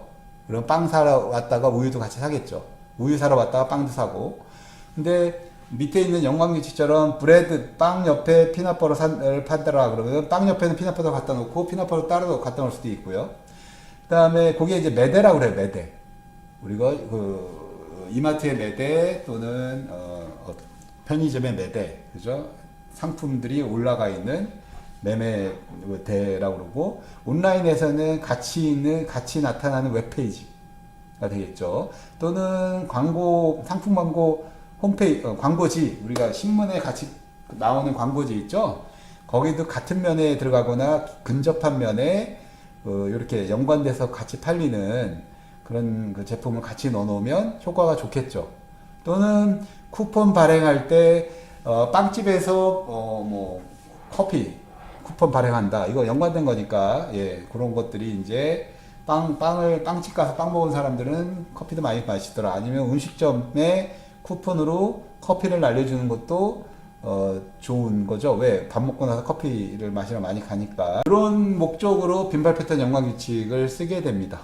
네. 그러니까 이게 약간 다른 게요. 우리가 예측 마이닝에서는 빵을 먹었다 안 먹었다가 사람마다 다 같지는 않잖아요. 빵 먹은 사람, 똥이나 사람들 중에 뭐 이런 거. 그래서 약간 목적이 다른 데도 쓰입니다. 그래서 어쨌거나 빈발 패턴 연관 규칙은 판매를 늘리고 비용을 줄이는데 이런 데이터만 있으면 쓰인다 이렇게 보시면 되겠고요. 그래서 그럼 좀 더 기술적으로 들어가면 우리가 여기 이제 트랜잭션이라는 용어가 나오죠. 우리가 앞에 데이터베이스에서 트랜잭션 거래라고 그랬죠. 거래, 그죠? 그거와 비슷해서 어떤 거래의 결과예요. 그죠? 그래서 이것도 트랜잭션이라고 부르는데, 뭐 여기야말로 한 고객의 영수증을 트랜잭션입니다. 거래한 거죠. 내가 오늘 이마트에 와서 산 영수증, 그게 트랜잭션입니다. 한 사람이. 그럼 그거를 그 사람 오늘 들어온 모든 고객의 영수증, 그거를 1년치 모아놨어. 그러면 그게 트랜잭션 데이터베이스입니다. 이런 형태가 되겠죠. 고객이 누구든 상관없어요. 한 번 와서 동시에 사간 거. 그래서 그 고객이 1번, 3번이 같은 고객이어도 상관이 없습니다. 왜? 내가 한번 새로 왔을 때는 목적이 다르다는 거예요. 오전에는 아침을 먹기 위해서, 저녁에는 뭐 딴 걸 하기 위해서 뭐 이런 거죠. 고객의 목적에 따라서 트랜잭션이 달라진다. 웹페이지 들어가는 목적에 따라 다른 거죠. 내가 오늘 들어갔을 때는 뭐 홈쇼핑을 하러 들어간 거고, 내일 들어갔을 때는 뭐 뉴스를 보러 갈 수도 있고 뭐 이런 거죠. 홈쇼핑도 내가 목적이 다르죠. 수영복 살라고 들어가는 수도 있고, 그죠? 뭐 이런 거예요. 그래서 고객을 구별 안 하고 그냥 한 번에 들어와서 같이 사간 거가 트랜잭션이고, 그들이 모임이 트랜잭션 DB고, 얘는 정형이 아닙니다. 그죠? 정형이 무정형이죠. 개수가 여러 개니까. 그래서 한 고객이 일회 방문해서 영수증, 그래서 빵하고 우유하고 기저귀 샀어. 뭐 이런 거예요. 이런 것들이 데이터베이스입니다. 이런 데이터베이스만 있으면 여러분들이 빈발 패턴 연관 규칙을 돌릴 수 있어요. 또는 이런 데이터베이스로 만들어야죠. 여러분들의 도메인을. 웹클릭도 이렇게 왜? 웹클릭을 동시에 하진 않잖아요. 그죠?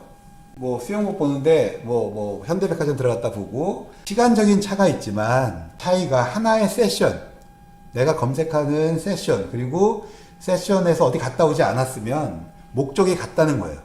수영복 검색 목적. 그래서 0.1 0.5ms 뭐 5초 간격 뭐 이런 건 무시하고 동시에 봤다라고 여러분들이 만드시면 됩니다.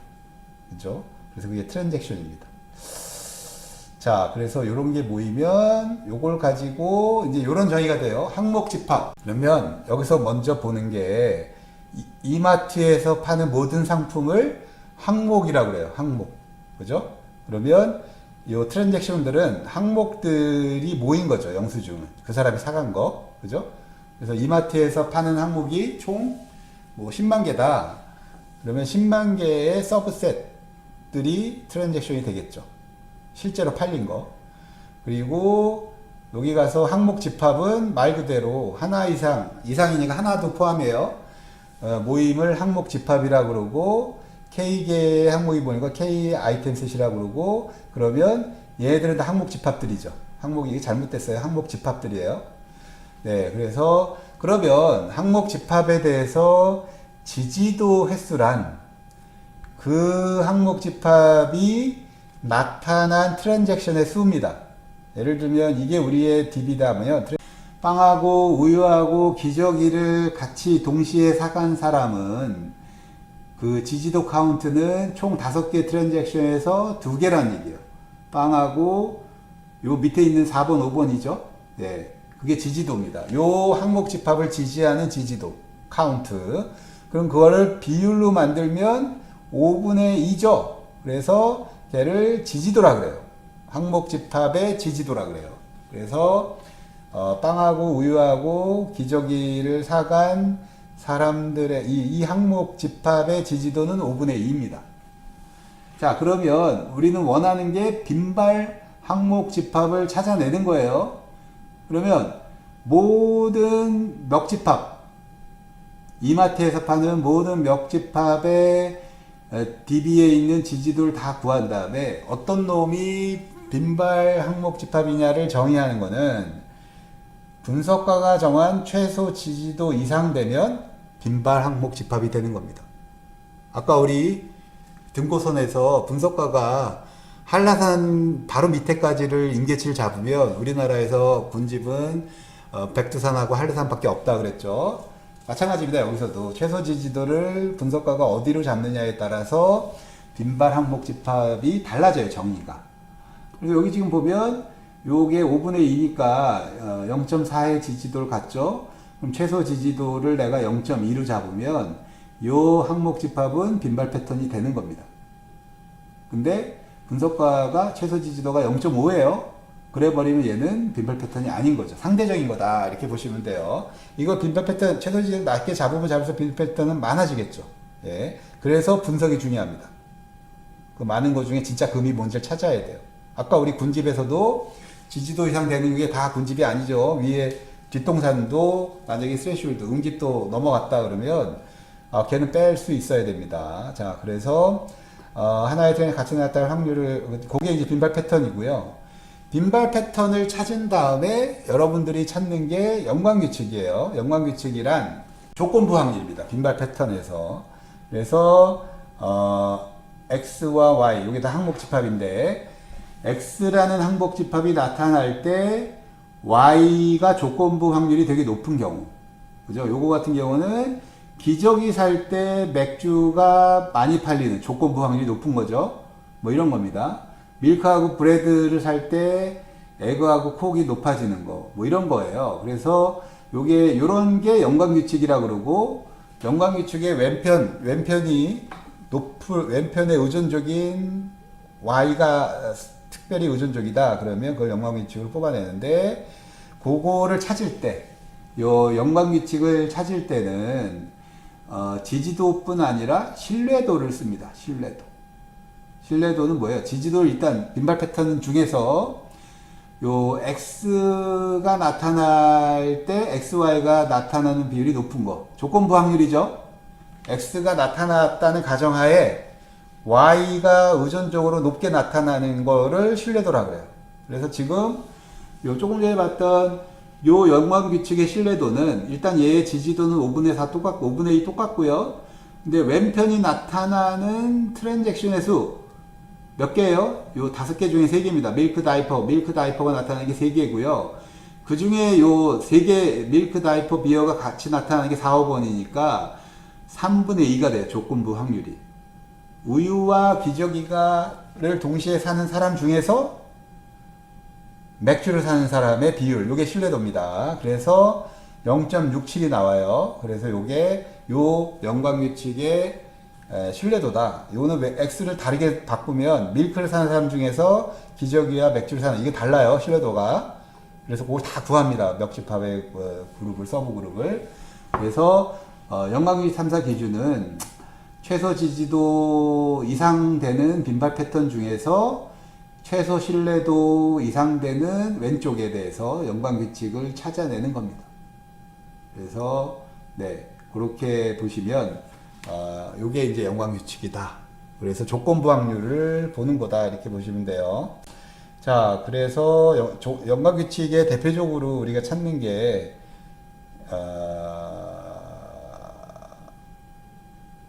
사실은 요 밀크 빼고요. 요거 비슷한 룰이에요.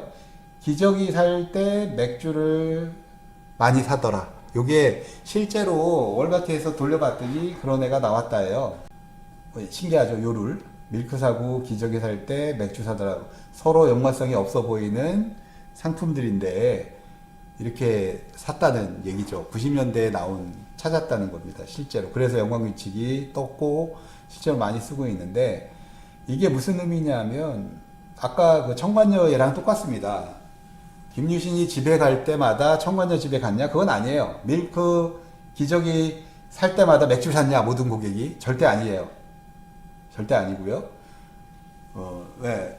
뭐 주말이나 우울할 때 청관녀 집에 많이 갔다 이런 거랑 똑같이 요거는 어떻게 구해졌냐면 주말 트랜잭션, 주말에 팔리는 것만 모아서 분석해 봤더니 주중은 아니에요. 주중엔 이런 경향이 안 나오는데 주말 트랜잭션을 봤더니 밀크 사고 기저귀 사는 사람이 맥주를 살 확률이 높더라. 이걸 찾아낸 겁니다. 왜 그럴까요? 이걸 해석해 봤더니 요새 뭐 프로야구, 프로농구 미국은 다 스톱돼가지고 어떻게 한대요? 한국 거 보고 있죠. 똑같은 얘기예요. 지금 미국의 대부분의 중산층은 주중에는 엄마가 애를 보고 주말에는 아빠가 애를 봅니다. 요새 좀 바뀌었을지 몰라요. 요새는 또 세상이 바뀌어서 이제 같이 일하는 아니면 싱글이 많아져서 모르겠지만 90년대만 해도 요게 요룰이 나온 90년대만 해도 그게 맞았고요. 그래서 주말에 아빠가 장에 갈 때 맥주 기저귀든 당연히 사죠. 애 때문에, 애기 때문에. 근데 나는 주말에 프로야구를 또는 프로농구를 애를 보면서 해야 되니까 맥주를 사는 거예요. 그래서 찾아진 겁니다.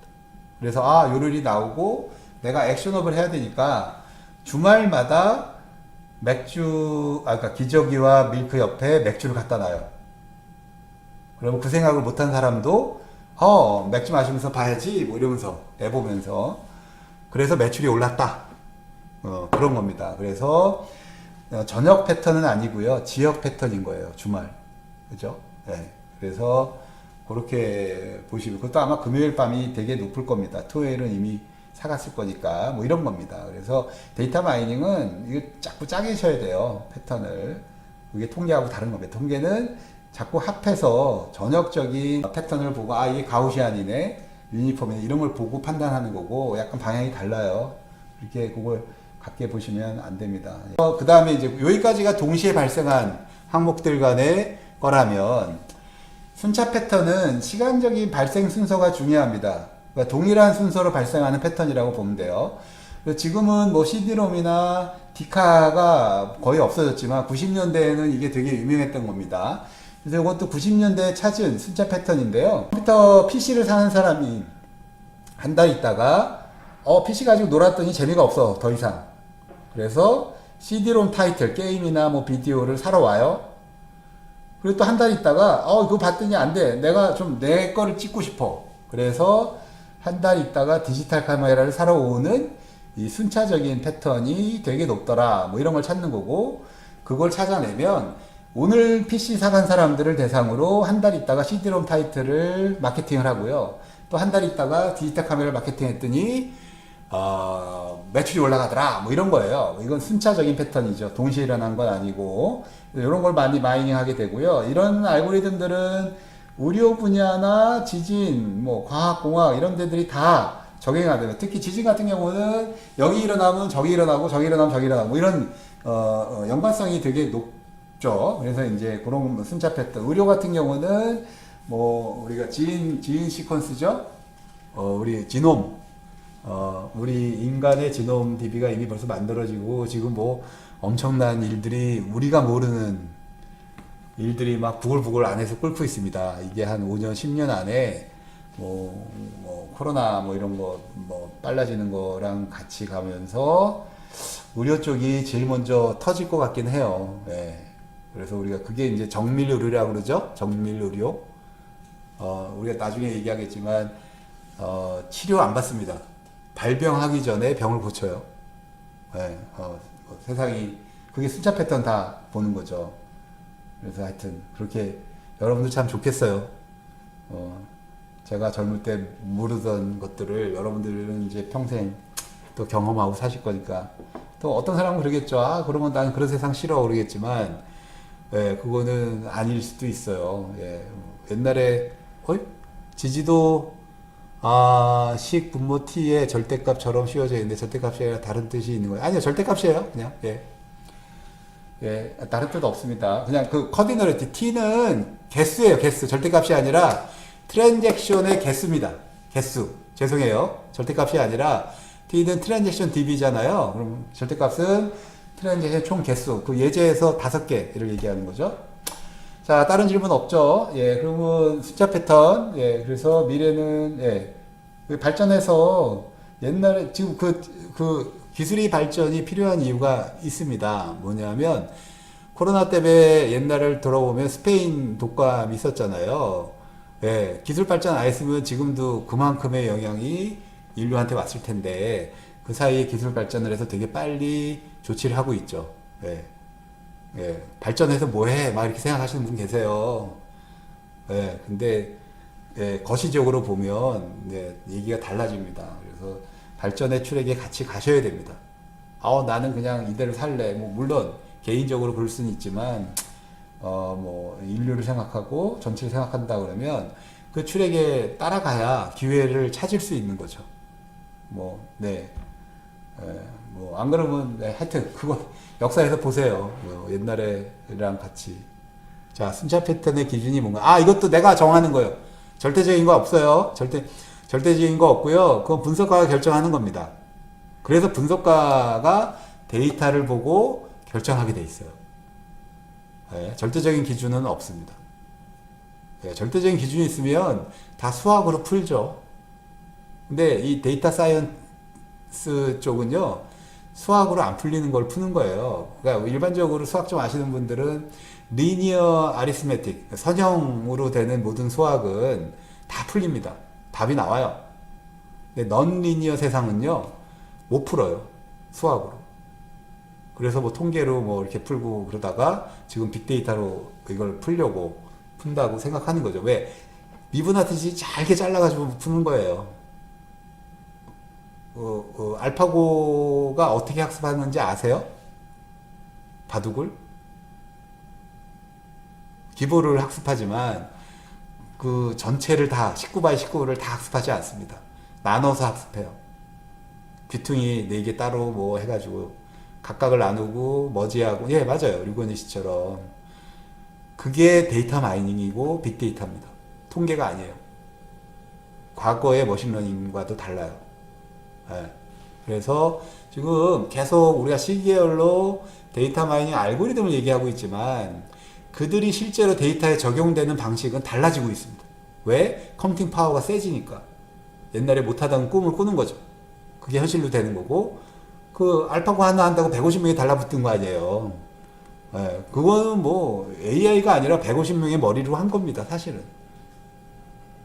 예, 똑같은 얘기예요. AI 앞으로도 마찬가지예요. 예, 그래서 배우셔야 돼요. 그 머리를 짜낼 수 있는 사람이 되셔야 돼요. 예. 자, 숫자 패턴 가고요. 여기까지가 끝이네요. 자, 그래서 예, 대충 이게 뭐다는 알겠죠. 저도 데이터 마이닝을 90년대 제 DB 전공이니까 그 전까지는 분석계에 안 들어갔다가요. DW 구축하고 데이터 마이닝 하면서 예, 이쪽으로 나오고 지금 거의 한 25년 되고 있고, 제가 쓰는 알고리즘은 다 이쪽 계열입니다. 이걸 써요. 저는 저쪽 통계나 머신러닝 쪽을 잘 안 쓰고요. 데이터베이스 기술을 쓰고 있고 그걸로 모든 걸 해결하고 있습니다. 사실은 인공지능 뭐 나중에 아마 학기 말쯤 제가 연구하는 것들 보여드릴 거예요. CCTV로 막 뭐 길 찾고 막 이런 것들. 자, 하여튼 그래서 이렇게 뭐 우습게 볼 알고리즘이 아닙니다. 근데 적용하는 방법을 아셔야 돼요. 예. 상대적으로 이제 처음 마이닝 하시는 분들은 프리딕티브 마이닝, 뭐 이름도 멋있잖아요. 예측 마이닝. 그쪽에 다들 쏠리고, 요새 또 CNN 때문에 AI 뭐 이런 것 때문에 그쪽으로 많이 쏠려가시는데, 하여튼 이쪽도 의미가 오히려 더 있다. 저는 그렇게 생각합니다. 그리고 여기에 저는 실시간을 하죠. 예. 요것도 이제 내가 얘기할 기회가 있을 것 같긴 한데, 과거 10년치 데이터 분석해서 지금 쓰는 것보다 지금 발생한 걸 분석해서 지금 쓰는 게 더 정확합니다. 그걸 왜 못하냐? 컴퓨팅 파워가 안 돼서 못해요. 근데 요새 뭐로 해요? 저는 엣지로 합니다. 엣지로. 네. 그게 이제 서로 분석이 돼도 여러 컨비네이션이 있다는 거죠. 자, 하여튼 뭐 요 6장 중요한데 이제 다 끝냈어요. 질문 있으면 질문하세요. 질문. 여러분들이 이 데이터 분석을 교양으로 배우셔도 어느 정도 충분한 양을 배우신 거고, 만약에 여러분들이 데이터 분석가가 되고 싶어, 그래도 기본적인 걸 배우신 겁니다. 네. 그래서 질문 있으면 질문하시고요. 질문 없으세요? 그럼 제가 한번 정리를 해볼까요? 군집 분석과 분류는 거의 비슷합니다. 그죠? 분류는 뭐예요? 그러니까 뉴럴 네트워크나 SVM이나 디시전 트리, 랜덤 포레스트 이런 애들이 다 분류거든요. 분류, 클래시피케이션. 네, 오늘 여기까지입니다.